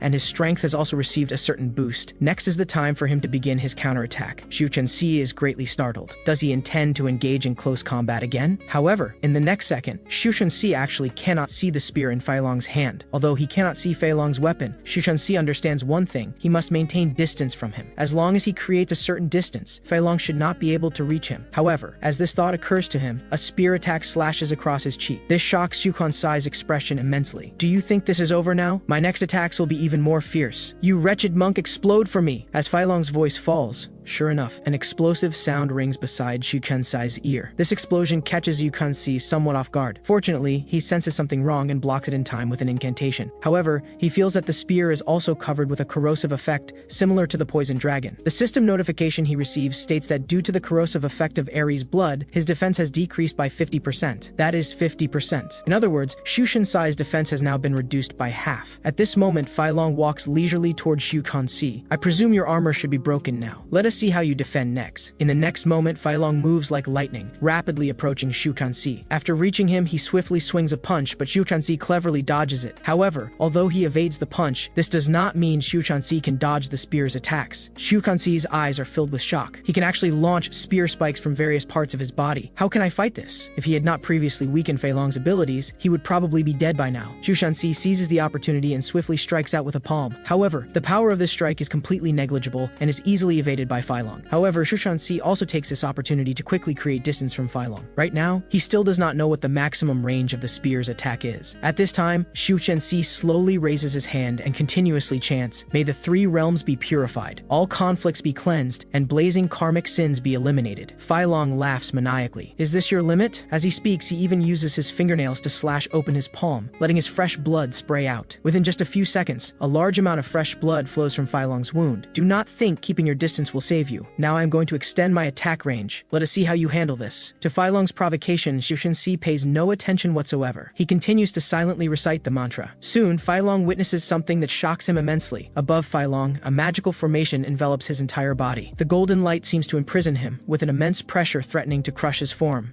This fills Fai Long's eyes with disbelief. This is Shu Ken-si's silently recited mantra of Enlan, a sacred incantation that purifies and dispels obstructive forces. The effect of the poison dragon's blood has now been mostly removed. However, arrogant laughter emanates from Fai Long's mouth. He feels he has not been defeated. You want to use incantations to seal my movements and then win from a distance? Do not be so naive. What follows is an incredible scene. Fai Long actually stands up while bearing that pressure. Moreover, a terrifying aura emanates from his body. When Dad detects Fai Long's information, he cannot help but be greatly shocked. He immediately warns Shu Ken-si to be careful. Right now, Fai Long is extremely dangerous. With a swoosh, that crimson spike directly pierces through Shu Ken-si's head. Fortunately, it only pierces his conical hat and does not cause him substantial harm. However, it is still very dangerous and gives Shu Ken-si quite a fright. At the same time, Athena's figure appears before Dad. Her entire body radiates sacred light. However, her mouth speaks with extreme coldness. Interferers will be punished. With a boom, a golden punishment descends upon Dad. Unable to endure the pain, he directly falls to his knees. Mom behind him immediately begins healing Dad. Honey, are you alright? At this moment, Dad's heart is filled with terror. Just the flames alone prevent him from standing. Just how powerful are the gods? Moreover, what disgusts Dad the most is that the goddess Athena actually reduced 1 point of his health. He feels extremely humiliated. On the other side, Fai Long's blood energy surges skyward. Every blood trail is poisonous gas, plus spear spikes. If someone had not just warned you, you might already be dead. Fei Long's gaze then glances toward Dad. It seems that person has received his due punishment. At this time, cold sweat has already formed on Shu Qinsai's temples. Close combat is already fraught with risk, but his blood swords can actually attack from range. This greatly increases the difficulty. He stands up and slowly performs a breathing exercise. Considering my remaining stamina, I probably only have 3 minutes left. Even so, I have no choice. Now I can only fight. On the other side, Fei Long is different. His patience has almost worn out. He just wants to quickly end this battle because continuing to fight is just a waste of time. Both simultaneously release their magical power. In an instant, crackling thunder reverberates through the air. Shu Qinsai closes his eyes. The realms of the Arhat are divided into Celestial Eye, Wisdom Eye, Dharma Eye, and Buddha Eye. If I use the Dharma Eye, I might be able to win. All Dharmas return to one. Dharma Eye open. At this moment, the monk is like a Buddha killer. His heart no longer holds mercy, but embodies the way of killing to the end. The ability of this Dharma Eye can greatly increase his combat capability. At the same time, Fei Long also readies his spear. Although he has already activated the Dharma Eye at this moment, its effect will not last long. He must quickly find a breakthrough, otherwise he will be the one to die. Shu Qinsai locks his gaze on the spear. He discovers that not much divine power is concentrated on the spear. Not only that, but the blood sword from earlier is the same. There is not much divine power covering it either. At this moment, Shu Qinsai finally understands. So that is it. The person before him is already a tiger with its teeth pulled. In the next second, 3 Buddha seals appear behind Shu Qinsai. Facing Fei Long's attack, Shu Qinsai directly catches it with his hand. This astonishes Fei Long's expression. Right there, he actually saw through my attack. How is this possible? Can a wretched monk be this clever? Shu Qinsai laughs heartily. This is your blood spear? This is truly beyond my expectations. It seems it is nothing special after all. Then, with a slight exertion of force from his hands, he directly shatters the spear in Fei Long's hand. You are truly laughable, actually using this blood spear as your ultimate weapon. In my eyes, your ultimate weapon is absolutely nothing. Fei Long cries out in disbelief. How could my blood spear break so easily? This scene shocks Athena and Bai Yi outside the arena immensely. How did he block those blood threads as fine as hair? Can human eyes see something so thin? In contrast to those two, Dad's heart is filled with wild joy. It seems everything Shu Qinsai said before was true. He really does have countermeasures against Eslar. Having such a person by our side is truly reliable. Shu Qinsai glances at the blood mist on his hand. With so much evil energy accumulated within the body, evil thoughts will naturally arise as well. Thinking of this, Shu Qinsai prepares to purify all the evil energy in this blood mist. Incomparable karma permeates his fingers, and the blood mist is instantly purified. At this time, Fei Long is still somewhat unconvinced. So what if you saw through my attack? I can still continue fighting you. At this moment, Shu Qinsai is also somewhat shocked. The blood mist that was just purified has actually emerged once again, and this blood mist can actually control itself autonomously and attack. Athena on the side slowly speaks. The divine power in the bloodline is not balanced, and because the blood is so diluted, it can actually penetrate the enemy's defenses. This blood mist will become a lethal attack, rushing madly towards Shu Qinsai. Athena and Bai Yi also want to know how Shu Qinsai will handle this situation. At this critical moment, Shu Qinsai instantly unleashes the Dharma Eye. A powerful gravitational force presses down on Fei Long's body, making it nearly impossible for him to stand. Fei Long's expression is extremely ferocious. This damned wretched monk actually still has a killing move. At this moment, Shu Qinsai extends one hand. Instantly, the blood swords around him cannot advance even half an inch further. All beings are bound by ignorance, bound by afflictions, falling into the 3 evil paths and enduring boundless suffering. Outside the arena, Athena anxiously shouts, "Be careful of that wretched monk's eyes. He can see the flow of divine power." Fei Long is very confused. What kind of eyes are those exactly? Athena tells Fei Long very bad news, which is that all of Fei Long's current attacks are completely meaningless against the monk. Hearing this, Hante-san's expression shows great shock. Damn Athena, she actually saw through the monk's Dharma Eye so quickly. He immediately looks up at the phantom of the goddess Athena above. That Athena on the other side is attempting to interfere in this battle. Will you not stop her? The goddess Athena seems to show a troubled expression. As the arbiter, she absolutely cannot turn a blind eye. Then, the phantom of the goddess Athena points toward Athena. One warning. If this happens again, there will be punishment. Hante-san is so angry he curses out loud. Is this not blatant favoritism? Why did our boss receive punishment while that woman on the other side only received a warning? However, Dad directly stops him. It doesn't matter. Quickly observe the monk's battle. As long as Shu Qinsai wins this match, nothing else matters. At this time within the battlefield, Shu Qinsai's hand remains raised. Countless gravitational forces, like multiple layers stacked upon one another, press down on Fei Long's body, preventing him from standing. Fei Long Long curses at Athena. Shut your mouth. It is not your turn to help me. A mere wretched monk cannot do anything to me. However, immediately after, he pays the price for these words because he witnesses an extremely terrifying scene. At this moment, the monk's aura changes dramatically as he mutters sutras from his mouth. More importantly, a Dharma form actually appears behind him. This Dharma form has great origins. This is the sacred form of Fudo Mayu, the phantom of the Dharma god. Although it only possesses 10% of the original's power, this is still not something a mere Eslar can handle. In his fury, Fai Long is almost driven to desperation at this moment.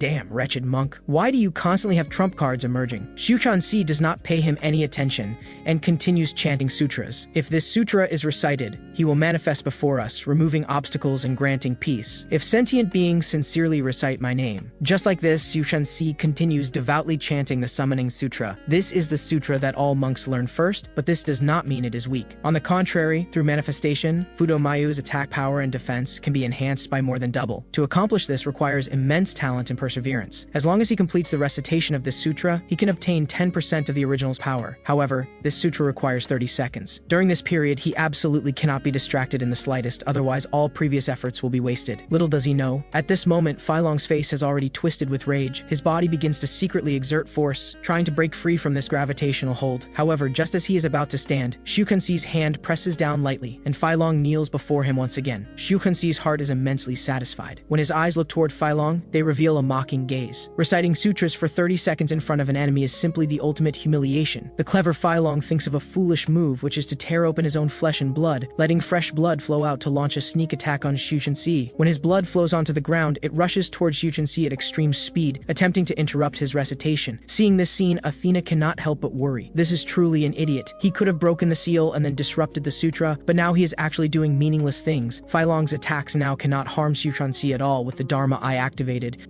No matter how many blood swords there are, Xu Chanxi can easily evade them. Unfortunately, at this moment, Fai Long's mind has already become chaotic, or rather he has completely lost his rationality. His only thought is to make that damned bald monk on the other side die here. However, this point will likely disappoint Fai Long because his attacks consistently cannot reach Xu Chanxi's face. This incantation possesses the power to suppress evil dragon bloodlines. Forcibly breaking it requires consuming massive amounts of divine power. Therefore, Fai Long's attacks are completely meaningless before this Dharma Eye. Unable to even injure him, Fai Long releases several more blood swords, but they are cleverly evaded by the monk's movement techniques. Fai Long has now gone completely mad. At the same time, Xu Chanxi's sutra recitation has about 15 seconds remaining to completion. As long as the sutra recitation is completed, Fai Long's defeat is certain. However, at this moment an accident occurs. Blood actually flows from Xu Chanxi's eyes. It appears his eyes have also reached their limit. He originally could not use the Dharma Eye for too long. It seems both sides have reached their limits. What follows is to see who can hold out longer. Seeing this scene, Fai Long's heart fills with wild joy. Since the monk on the other side has also reached his limit, now is his only chance to counterattack. His hands heavily pound the ground, and countless streams of blood emerge. Just as Fai Long prepares to release all the blood in his body without leaving a trace, the Dharma body of Fudo Mayu above becomes more and more solid. In at most 10 seconds, the monk will be able to complete the sutra recitation. 9 seconds remain. Mom's side already shows a triumphant smile. When 6 seconds remain, Athena has already closed her eyes. She does not believe Fai Long has any trump cards left to counterattack. Behind her, Baye curses out loud. This hothead truly has no brains whatsoever. 3 seconds remain. Dad and Hante-san also feel victory is assured. This duel should no longer have any suspense. However, no one present knows that Xu Chanxi has now surpassed his limits. The Dharma Eye he is now releasing is sustained at the cost of his own lifespan, but he still does not dare to be careless in the slightest, and continues reciting the sutra. All follows the mind, like the world-honored one. When Xu Chanxi finishes reciting this phrase, the time has reached 0 seconds. As his words fall, the Fudo Mayu behind Xu Chanxi begins to move. His speed is extremely fast, and he contains a mysterious power that presses down on Fai Long, making him even more unable to move. Fudo Mayu's strongest strike lands heavily on Fai Long's body. The power of this punch directly causes him to lose consciousness. Thus, the S-rank hunter of Tiger Roar Guild, the SLR Guardian Messenger Fai Long, is thoroughly defeated. The victor is the vice president of United Guild, also an S-rank hunter, Xu Chanxi. Xu Chanxi exhales a long breath. He had long reached his limit, but fortunately, before he collapsed, he defeated the opponent's strongest fighter, Fai Long. Athena in mid-air announces the victor as the allied forces. After announcing the victor, the barrier begins to slowly disappear. Our group breaks into joyful cheers. Xu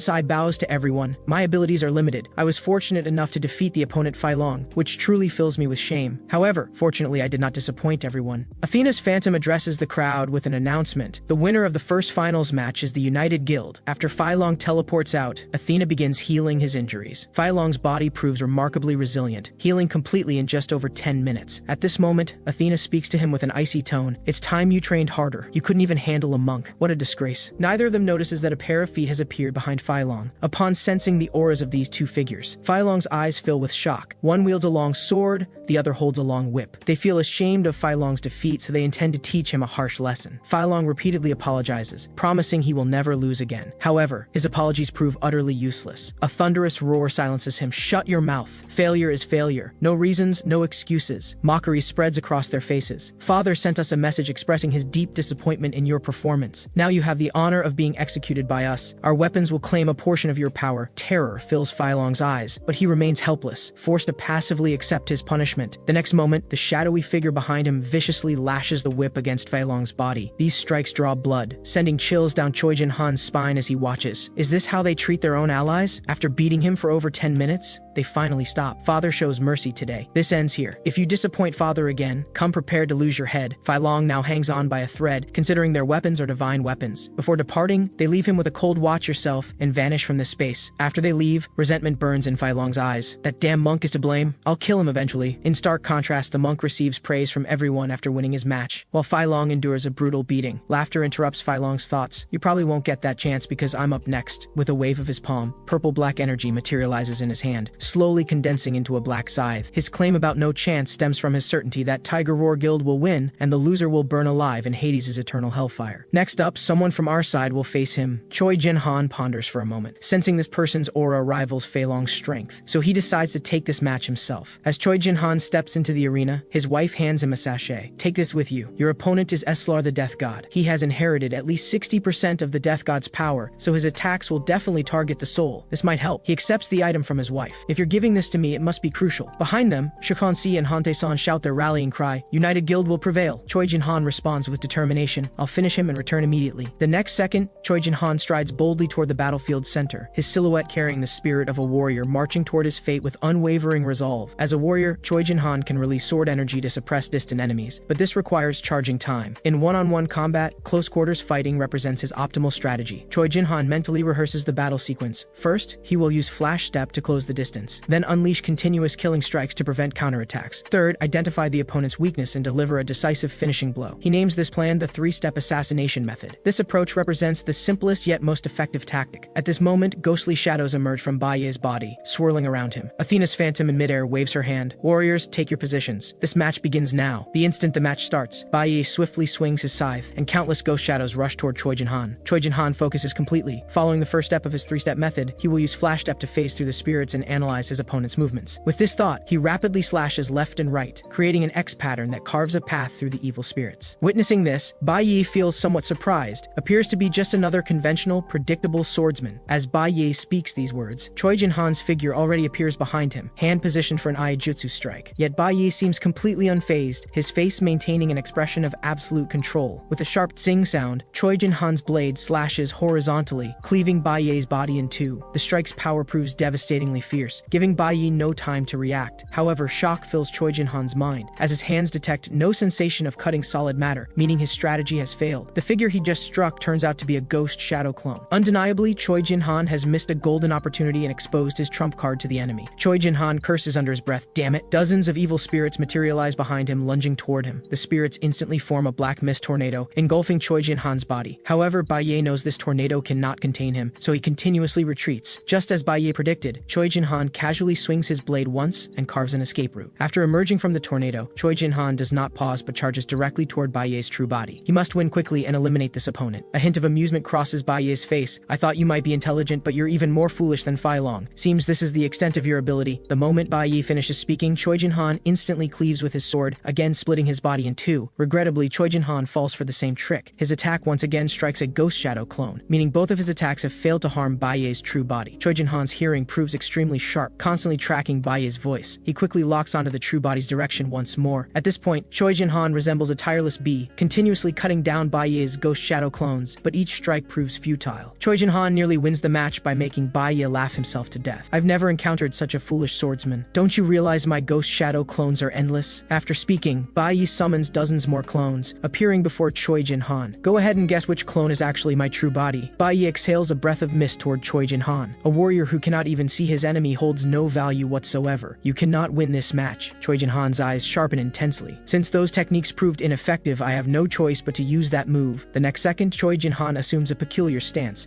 gripping his blade firmly and holding it vertically before him as his aura surges dramatically. Since you're so confident, do you dare face this technique? However, the Tiger Roar Guild's S-rank hunter refuses to give Choi Jin-han time to charge. With two swift whoosh sounds, Choi Jin-han rapidly strikes twice, destroying the incoming ghost shadows. Watching the battle in the arena, Athena believes Choi Jin-han has absolutely no chance of victory. However, one thing catches her attention. His wife's expression remains completely calm, showing no concern for him whatsoever. For someone of lower status, her composure seems excessive. They must be hiding some trump card. Meanwhile, Choi Jin-han assumes an offensive stance, instantly piquing Bai Ye's interest. Looks like you have some new technique to show. At this moment, shock crosses Athena's face as she urgently warns Bai Ye to be careful. The instant Athena speaks, Bai Ye also senses something wrong. Choi Jin-han instantly vanishes from his position, taking 4 rapid steps to appear behind Bai Ye. Fire nearly blazes in his eyes, his killing intent barely contained. This technique represents Choi Jin-han's own enlightenment, named the Eightfold Jump. This terrifying technique involves 8 consecutive jumps, with speed increasing exponentially with each leap. Previously, Choi Jin-han used this move to evade the vengeful spirit's pursuit. At this moment, Choi Jin-han charges his legs again, and with a swoosh, his figure vanishes instantly, moving too fast for eyes to track. When he reappears, he has nearly caught up to Bai Ye, his blade charged and ready. Great shock fills Bai Ye's mind. What is with this man? Why does he keep getting faster? In this critical situation, Bai Ye quickly positions a clone to intercept the strike. Choi Jin-han's gaze remains locked on Bai Ye. So you're here. You cannot escape. In another blink, Choi Jin-han appears before Bai Ye. This marks his 5th jump. Upon reaching Bai Ye, he releases a blade beam. Unfortunately, this strike still hits a clone, causing no harm to Bai Ye. However, Choi Jin-han quickly tracks Bai Ye's figure again, and almost the instant he detects Bai Ye's location, he swiftly strikes once more. This time, Bai Ye genuinely panics. If not for his quick reflexes, he would have lost his head. Before he can process this, Choi Jin-han's 7th jump brings him to Bai Ye's back. The outcome remains unchanged as Choi Jin-han misses again. Bai Ye's reaction speed proves truly exceptional. Choi Jin-han possesses this power through inheritance from a hero. Now he exploits his speed advantage to shred Bai Ye's soul completely, then finally sever his head. With a metallic clang, their weapons clash together. Just as Choi Jin-han anticipated, exceeding Bai Ye's speed prevents him from generating ghost shadow clones. Maintaining speed superiority over Bai Ye ensures Choi Jin-han's victory. At this moment, a warrior silhouette slowly materializes behind Choi Jin-han, representing his hero inheritance. Athena's expression turns extremely grim. No wonder he can serve as a guild president despite not being Eslar. This power alone suffices to compete with other guilds. Many theories existed regarding the tower's origin, with the most widely accepted being that the tower represented the concrete manifestation of human history merging with mythology. History and mythology proved inseparable. If gods symbolized mythology, then heroes naturally represented history. However, inheriting a hero differed entirely from being chosen by gods. While people strive to be chosen by gods, inheriting a hero resembled a destined encounter. Therefore, in Athena's view, Choi Jin-han represents an exceptionally fortunate individual. A smirk curves Bai Ye's lips. Do you truly believe you can defeat me in close combat? A mere mortal body can never triumph over the Death God's scythe. Despite wielding the Death God's scythe, Bai Ye's personal combat ability appears unimpressive. Choi Jin-han feels confident about victory. Regarding attack range and coverage, Choi Jin-han holds the advantage while Bai Ye remains at a disadvantage. However, as a divine weapon, it represents something no human can easily master. Bai Ye swings the scythe with fierce momentum, then strikes downward directly. However, this very strike exposes a massive opening. Mockery fills Choi Jin-han's eyes. Seems no god taught you how to wield that weapon. At this moment, Bai Ye finally loses his composure. The next instant, Choi Jin-han's blade pierces straight through his heart. Choi Jin-han chuckles. You plan to dodge using that technique, but unfortunately, this is my 8th jump. Witnessing this scene, Hante-san exclaims with delight, worthy of being our leader securing victory so quickly. However, his mother's voice interrupts the celebration. Declaring victory proves premature. That strike inflicted no damage on Bai Ye. Simultaneously on the battlefield, eerie laughter escapes from Bai Ye's mouth. Your victorious expression truly amuses me to no end. Shock overwhelms Choi Jin-han. I did not hit him? Does his ghost shadow clone have no cooldown? Bai Ye laughs heartily. I never said I could only swap positions with spirit bodies. You assumed everything yourself. As he speaks, his hand already extends into Choi Jin-han's heart. He clenches forcefully, grasping Choi Jin-han's heart. Once he solidifies his body, Choi Jin-han faces certain death. My father senses immense danger approaching. This situation appears dire. Without hesitation, he executes a retreat step and escapes his position. This time, Choi Jin-han genuinely underestimated his opponent. That previous move marked him with the mark of the Underworld Lord. Baiye's lethal technique catches Choi Jin-han completely off guard. He can transform into an ethereal spirit form, dissolving even his physical body. At this moment, Baiye resembles the death god returned from hell. Once I mark you 4 times, your soul becomes mine,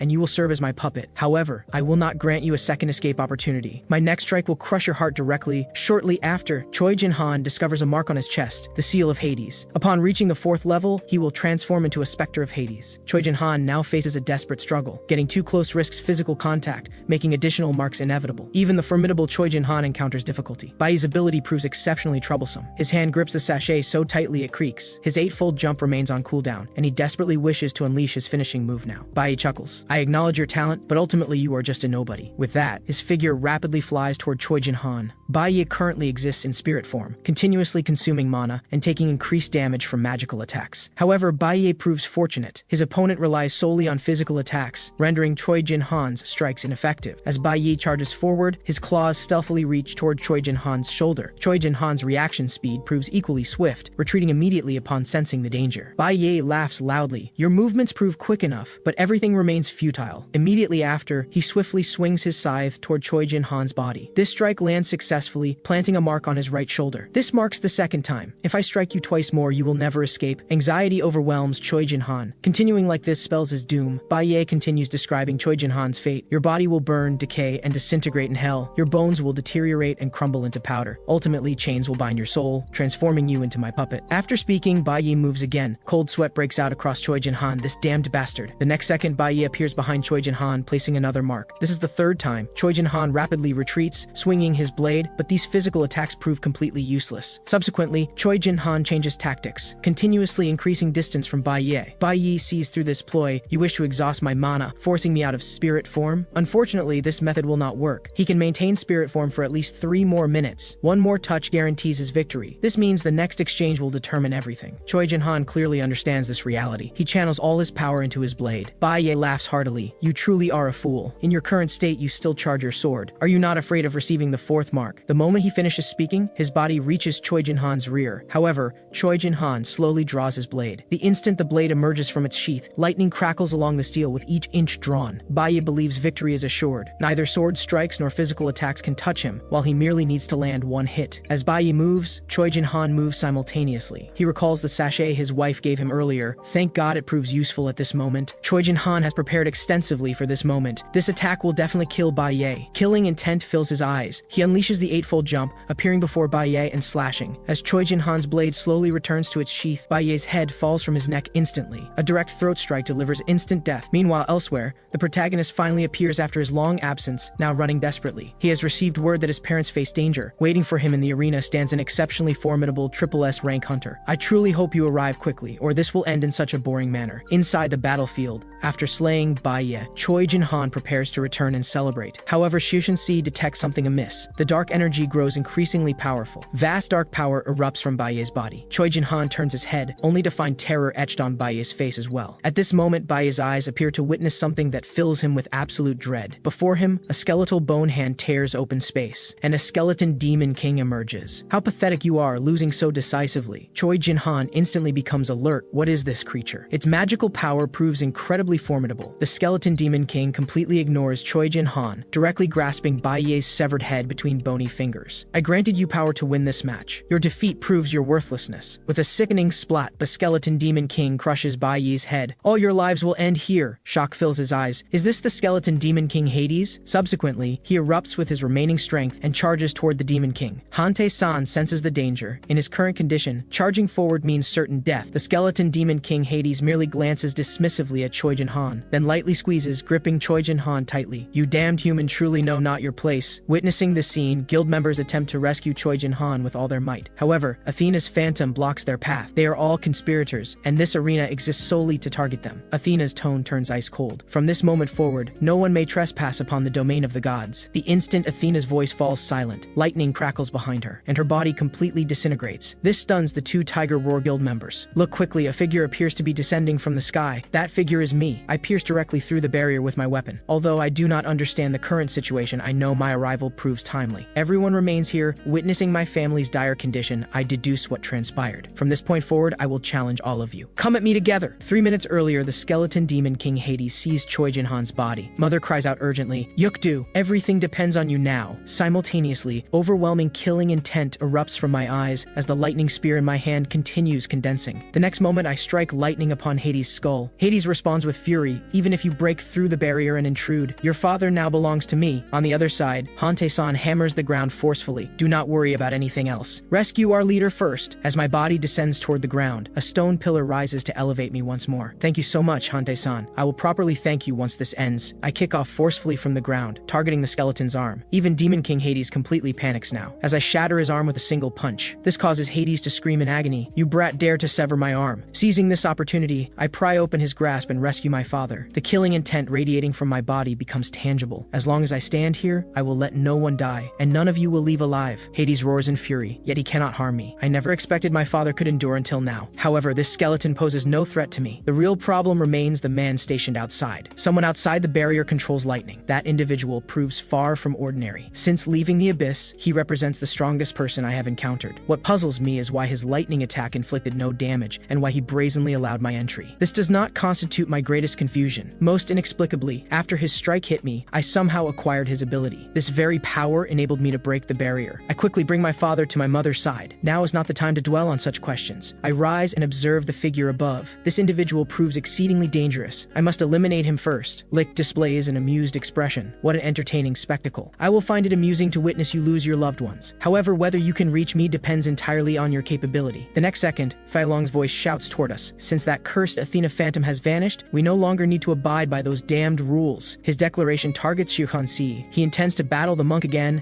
and wash away his humiliation. Fei Long's figure rapidly approaches Xiu Hansi. The second confrontation begins. Athena does not move but instead gazes at Licht in the sky. She finds her leader's behavior strange. Why does he not stop Fei Long's rampage? However, she quickly comprehends. Is our leader testing that young man's true strength? With this realization, Athena summons her shield and longsword. Under these circumstances, she cannot remain idle. She glances at Haugu behind her. How long do you intend to play spectator? You have not spoken a single word since entering. Haugu cannot be bothered to respond. Mind your own affairs. Assassins always reveal themselves at the optimal moment. The proud Athena resembles a general commanding warrior's. Bai Ye, you merely lost one arm. You fight as well. Bai Ye, transformed into the skeleton king, dismisses Athena. I require no instruction from you. Manage yourself properly. Subsequently, terrifying aura emanates from the skeleton king. No one escapes death in his presence. Hundreds of ghost shadows charge toward our position at this moment. However, in my assessment, this skeleton king's strength proves pathetically weak. Nevertheless, I cannot ignore him, or he might attack my family. Therefore, I instruct Hante-san to protect my parents with stone barriers. Upon hearing the command, Hante-san pounds the ground with his fist, and abundant rock emerges from the earth, encasing all three individuals. Within moments, Hante-san creates a defensive stone wall. At level 75, he should withstand attacks from anyone present, considering the curse reduced their levels by 30. With my parents secured under Hante-san's protection, I prepared to fight with full force. They dared harm my parents today. I will absolutely not permit them to leave alive. On another front, the rampaging Fei Long engages Shushan Sai in fierce combat. Having recovered his strength, he gains the upper hand against the monk. At this moment, shock appears in Fei Long's eyes, as my figure appears above him in attack position. You irritate me greatly. You will fall first. Simultaneously, 6 dragon heads materialize on Fei Long's hands. What explains this speed?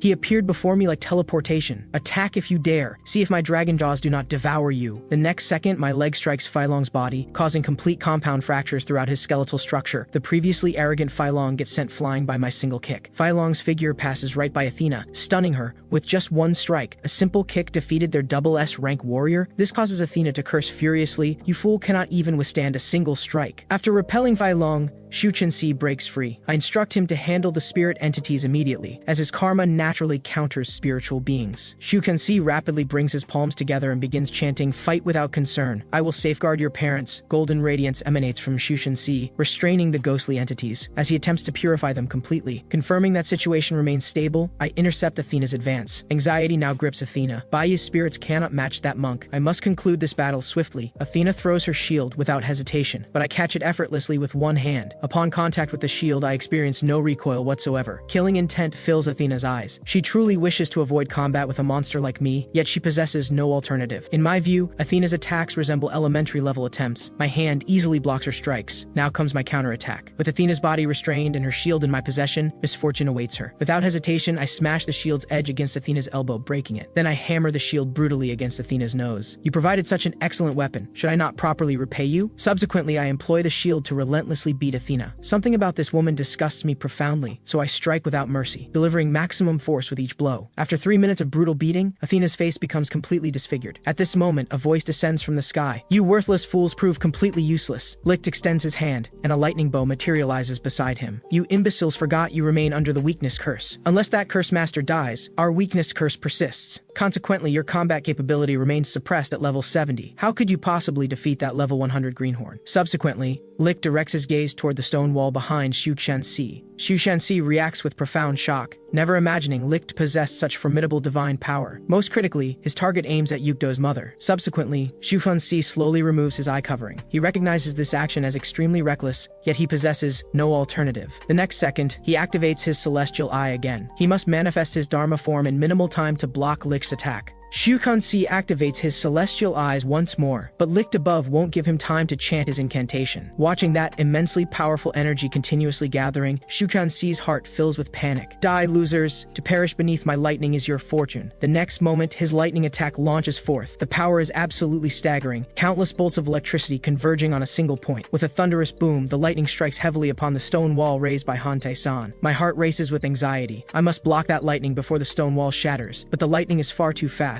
Just as I prepare to turn, it has already blasted the stone wall to pieces. The stone wall crumbles, which means my parents are now buried beneath the rubble. I force my eyes open at this moment, and immediately, I see a hand emerging from a gap in the ruins. It's my mother's hand. The hand wavers in the air, then drops limply. My heart stops cold. This cannot be real. I sprint wildly toward my mother's direction, but at that moment, a shield flies toward me. It's Athena's shield. I swing my fist in fury. "Get out of my way, you bitch." With a bang, her shield is sent spinning several times through the air by my strike. However, what I didn't expect is that my arm actually sustains damage. It appears this woman's restrictions have been lifted, her power directly reaching level 100. At this moment, Athena is furious beyond measure. "Did you enjoy hitting me just now? Now it's my turn to strike back." Athena's actual level has now risen from 72 to 106. With a resounding crash, I strike down Athena's fist, but I can feel her power is now incredibly formidable. What shocks me, however, is that when I collide with Athena, my body actually cannot move. This fills my heart with a trace of fear. What is happening? Athena laughs coldly. "Do you know why my power is so strong? Because the weakness curse on your mother has been broken, which means she's already dead." With a whoosh, I use all my strength to send Athena flying. "Shut your mouth." But in truth, my mother hasn't died. This is just a casual lie Athena spoke to enrage me. The tactic works perfectly. I completely fall for her trap. Athena sneers, her eyes full of contempt. Those with weak wills are her perfect prey. With that, she thrusts the light sword she conjured straight through my body. Although my body is pierced, I feel it hasn't caused me much damage. I must get to my mother immediately, so I have no time to tangle with Athena. This surprises Athena greatly. She clearly struck him, so why can he still move? So she activates her perception to investigate, and discovers that her attack actually caused me no damage whatsoever. This feels very wrong to her. She's at level 100 now. How could anyone ignore her attacks? It turns out his body contains divine power surpassing that of the gods, and it's as if a black hole exists within him, absorbing any attack involving divine power and converting it into his own strength. Athena is utterly perplexed. What kind of monster is he, possessing such terrifying power yet not knowing how to wield it? At this moment, I'm burning with anxiety. Mom is still buried beneath the ruins, and I must rescue her quickly. Behind me, Athena once again summons her weapon. No wonder the boss issued a kill order. We absolutely cannot let him survive in this world. The next second, a spear and shield appear in her hands. Sacred aura. Physical attack and defense increased by 20%. Athena shouts loudly, "Baiye Haogu, I'll handle this person, but I need to borrow your power." As her words fall, Baiye instantly summons his weapon. I curse silently. Why must they obstruct me at such a critical moment? Turning my head, I see that assassin named Haogu also rushing toward me. In this instant, the three great powerhouses of Eslar all converge upon me. They fear I will master divine power, surpass them, even surpass the gods themselves, so they want to kill me before I rise. A triumphant smile crosses Athena's face. "Your journey ends here." I stare fixedly at Mom's hand, the tears in my eyes no longer containable. At this moment, Mom's hand seems to wave slightly in the air. To everyone's surprise, this woman is still alive. Athena shouts to everyone, "We must restrict his movements." 3 Eslar members release iron chains, attempting to bind me in place. Mom's hand reaches forward, as if wanting to embrace me once more. But before long, Mom's arm loses its strength, and I catch her hand as it falls. I shout at Mom, hoping she can regain consciousness and must not die here. But some people just won't let me have my way. The 3 Eslar members launch their strongest attack, trapping me there. After a cloud of dust, the aftermath of their attack sends debris continuously flying from the ground. Then I witness a scene I cannot believe. I clutch my head in emotional turmoil. This is impossible. This absolutely cannot be real. I just returned. How can you leave me like this? Before me lie 3 bodies, Han Tae-san, my father, and my mother. And I collapse powerlessly to my knees. Just as my spirit reaches the breaking point, Mom's hand strokes my cheek, freezing me me in place, unable to react for a moment. Mom tells me not to cry. Crying won't look good. Yukdu, my child, you must survive. Mom and Dad are going ahead. I cry uncontrollably. I absolutely cannot accept my parents' deaths. I spent 500 years in the abyss, finally returned to reunite with you, and after just one day you're leaving me. Mom is barely clinging to life now. Don't worry about us anymore. Run quickly. From now on, you must walk on your own 2 feet.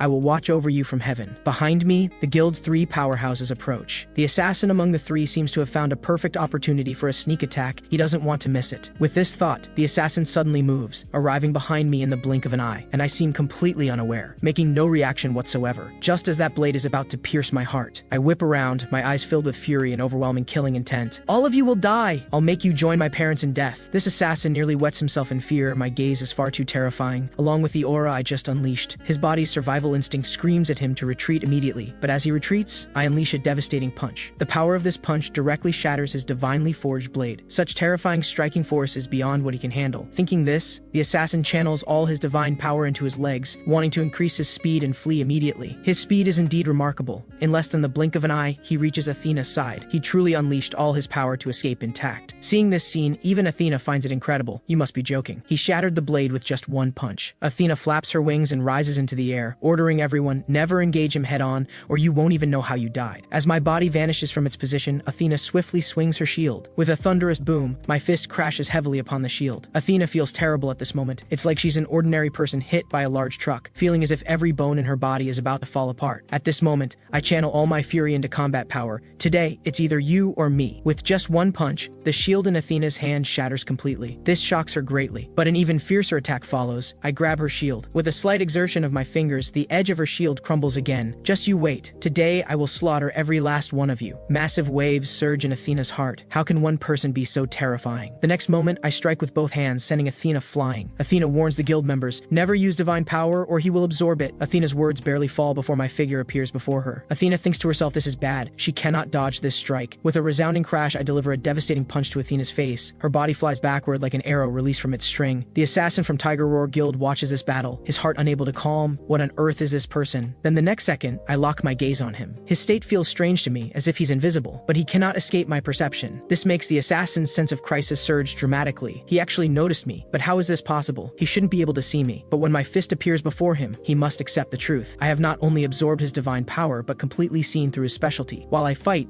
my mother lies in the ruins. You seem to be enjoying yourself in battle, but haven't you forgotten something? For the sake of fighting, you would even abandon your dying mother. What a shameful son. With that, the Skeleton King's claw slowly reaches toward my mother. At the same time, Shutan-Si will not let this happen. He charges rapidly toward the Skeleton King. However, as he runs, the Skeleton King's weapon strikes toward him. With a thud, his weapon crashes heavily onto Shutan-Si. The speed is so fast that Shutan-Si doesn't even have time to scream. The Skeleton King already detested this monk, and now this monk wants to play savior before him. No wonder he strikes him down. I sense trouble. I didn't expect even Shutan-Si to be no match for the Demon King, but I can't worry about that now. I sprint rapidly toward Mom's direction. That assassin silently applauds. Well done, Baiye. At the same time, my figure has already reached Baiye's back. Naturally, he notices this and hastily releases his energy in an attack. Right now, he just wants to compete with me in speed. I curse silently. Why are these people so troublesome? With a boom, Baiye launches his energy attack. But when the smoke clears, he discovers I'm still standing there. It appears I blocked that entire attack head on. This greatly displeases Baiye. So you can absorb divine power, can you? In that case, let's see just how much divine power you can withstand. His words stun me. Can he really launch attacks like that without any cooldown time? The next second, Baiye seems to confirm my suspicion as a new round of death flames condenses in his palm. Though this time the power isn't as great as before, I think I should still be able to block it. Athena is now so angry she's about to cough up blood. This skeleton isn't Baiye at all. He's simply an idiot, handing over experience points for free. But this vile woman glances at a stone beneath her arm. Since divine power is ineffective and close combat is useless, setting these aside, she still has one method. However, at this moment, I'm consumed by bloodlust. If you've got what it takes, bring it on. Your attacks are already useless against me. Then I mobilize all my strength, preparing to receive this attack. But I quickly sense something wrong. Athena is actually launching a sneak attack on Mom at this moment. Soon, a large pile of rubble crashes down upon Mom. It must be said, Athena is both vicious and cunning. Since divine power can't hurt you, I'll wrap stones in divine power. At that speed and force, they'll be deadlier than bullets. Even if I can't kill you, I can kill your dying mother. Stop me if you can. Hearing Athena's words, I immediately sense danger. Regardless of how much damage these stones inflict, I block them with my own body. I feel some regret in my heart. Why didn't I kill this woman earlier at the start? Athena laughs with wild arrogance at this moment. Just keep burning yourself out. She orders all Eslar members to attack together. More and more stones rain down in our direction. Witnessing this, I rapidly smash these flying stones. But there are far too many stones. No matter how fast I am, I cannot stop them all. With several thuds, those small stones all strike Mom's face. Tears stream down Mom's face. She feels she's become my burden. Mom tells me to leave quickly, but I refuse outright. Even if it means death, I won't leave. If I cannot even protect my family, what meaning is there for me to live in this world? At the same time, as I speak these words, a cold laugh echoes from the sky. What touching familial love. This touching scene almost makes me sick with its sentimentality. Then Licht summons his divine sword once more. Even if you can absorb divine power, you still cannot win this war against us. As his words fall, Atropos's blade appears in his hand. It's time to end this tedious struggle. The sacred relic of the three fates, an existence capable of severing the threads of destiny, able to cut through all divine power. Licht prepares to transform Atropos's blade into an arrow. He firmly believes that even if I can absorb divine power, I cannot absorb this thing, and it will ultimately sever my destiny along with everything else. At this moment, Shu Chunsi below suddenly regains consciousness. He looks up and sees the divine lightning crackling in the sky above. This terrifies him greatly. This divine power seems capable of devouring everything. If he continues to stay here, death is certain. So he quickly rises and shouts to me, "Yuk-du, get out of here now. No one can withstand the power of this attack, not even you." But Shu Chunsi is so focused on warning me that he completely fails to notice the assassin appearing behind him. "You foolish monk. Do you still have time to worry about others' safety?" Although I hear Shu Chunsi's warning, I still don't move my feet. But that power truly fills me with alarm. What on earth is this thing? And I don't know if my body can withstand the force of this strike. Suddenly I hear Mom calling me from behind. I quickly turn my head. "Mom, we'll be fine. You must believe in your son." However, when I turn my head, I discover Mom has handed me a sachet. Mom says with a sorrowful expression, "We've only been reunited for one day and must already face the separation of life and death. Mom has nothing to give you. Take this sachet as my gift to you. Mom and Dad will always love you." The next second, lightning strikes down from the sky. This is no ordinary lightning. This is the thunder transformed from Atropos's blade. As this lightning crashes down, the earth itself seems to be devoured. Everything is destroyed. High above, Licht watches this scene with great satisfaction. The arena below has been pierced with an enormous hole. He's certain no one could have survived. Soon a message appears on his system, "Sacrifice to Zeus complete." The deity is highly satisfied. After completing all this, Licht descends to the ground and reunites with Athena. Athena asks Licht, "Is that guy really dead?" Licht tells her not to worry. "Zeus has already confirmed my sacrifice. That's not what you should be concerned about now." He orders his subordinates to prepare. Today's action has just declared war on all other guilds. There may be a bitter battle ahead. At the same time, my body is blasted into a pool of water. My body continuously sinks into the deep water, and I've sustained very serious injuries. I cannot move my body at all. However, what I don't know is that in this deep water, a human figure is actually approaching me. I'm rescued by a mysterious hunter. As my consciousness wavers, I slowly open my eyes. Before me is a hunter carrying a longsword, dragging me by the leg through a tunnel. My mind is completely blank now. In my mind, I suddenly recall my mother's sorrowful expression. My eyes snap wide open. I remember now. I witnessed with my own eyes my parents dying right before me. Pain surges through my heart. I clearly promised to protect them, yet once again I failed. The hunter ahead speaks slowly. "You're finally awake, but as an adult, you shouldn't cry like a child." I look up at him and ask who he is and why he saved me. However, he doesn't answer my question. His gaze is filled with sharp intensity. Clinging to one last hope, I ask him, "I lost consciousness after being struck by lightning. Do you know where my parents are? Are they still alive?" But this hunter looks at me with utter disdain in his eyes. "You're supposed to be chosen by that one. Yet what's with this weakness now? Just accept reality. Your parents died because of you." Shock appears on my face. I swear I will avenge this. I must slaughter every last member of Tiger Roar Guild. Just as I prepare to return for revenge, that hunter grabs my hand and tells me to follow him to a place. I immediately shake off his hand. "Let go of me. I'm going back for revenge now." No matter what I say, he won't let go, so I swing my fist at him. However, what I didn't expect is that he easily catches my fist, and moreover, I discover my strength won't manifest. My behavior has become too much for this hunter to tolerate. "You dare shout at me like this?" The next second, he punches me in the face. "Is this how you treat your savior? You actually dare swing your fist at me? Who do you think you are?" He tells me with a dark expression. "Right now, I'm stronger than you. Just as I saved you, I could just as easily take your life." My mind is completely blank now. I have no idea how I became like this. This hunter explains, "Your connection to divine power has been severed by Atropos's blade. Without the divine blessing, you're nothing but a mortal now. Do you understand now, you brat?" With that, he raises the greatsword from his back before my eyes. "From this moment on, that one will reconnect you with your inner divine power. Now you must come with me. Do you understand your current situation? Not only that, they will teach you how to properly wield this power. You idiot. You possessed such formidable power before, yet didn't know how to use it,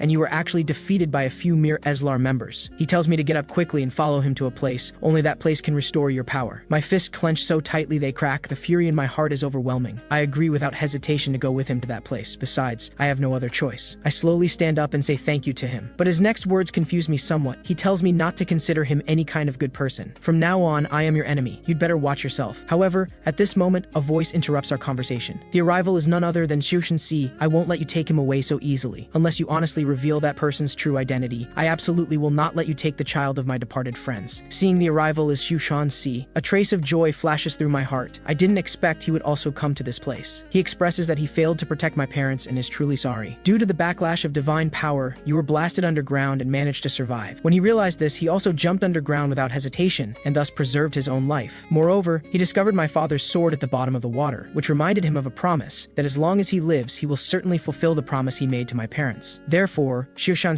steps forward to block him at this moment. If you attempt to exploit his divine power for personal gain, I will absolutely not forgive you. That person sneers coldly. You half-dead monk dare to adopt such a superior attitude. Do you really think I fear you? Shushan slowly removes his eye covering. I have no fear of death. Clinging to life is the true disgrace. I cannot use this as an excuse. But if he fails to fulfill the promise to his parents, in the afterlife, he will be unable to face these two. Seeing the fighting spirit Shushan displays, that person also places his hand on his sword sheath. So what do you want to do now? If you want to fight, I'm happy to oblige, but the one who dies will certainly be you. However, as they stand at daggers drawn, my voice interrupts them. Shushan, I'm willing to go with him. I need revenge, but right now I have no power, so going with him is my only choice. If I can ultimately awaken, then I don't care if anyone exploits it. I will simply accept it. Hearing these words, Shushan is greatly shocked. How can you say such things? If you do this, how can I face your parents? Shushan struggles for a while. Yukdu, have you thought this through? If you have, I won't stop you anymore. After receiving my answer, he slowly removes the sword from his person. Since you've already made your decision, you must keep this sword with you at all times and never discard it, because this is the last thing your parents left for you. The instant I touch the blade, I feel a sense of familiarity. This sword was left behind by my father. It contains all of my father's power and legacy. This is a hero's sword. Shushan glances at the sword in my hand and says seriously, this is a weapon passed down through generations of heroes. Each wielder has left their record within it, but to fully decode it, you need divine power. In your current state, you cannot use it. A sword bearing records, chronicling everything about its wielders. This sword was entrusted by my father to Shushan to give to me, saying that someday I would need it and must keep it well. I nod. This is the entrustment from my father and mother. For the sake of this sword, they used their prophecy ability, so this sword must truly be important. The hunter behind me reminds me it's time to go. Don't waste time here anymore. Every single minute and second is extremely important now. So we proceed deeper into this tunnel. Somehow I entered that strange tower, then escaped from it, then reunited with my father and mother, and then lost them again. I don't know where I'm ultimately headed, nor do I know what awaits me ahead. However, the place I'm heading to now is certainly a place filled with miraculous wonders.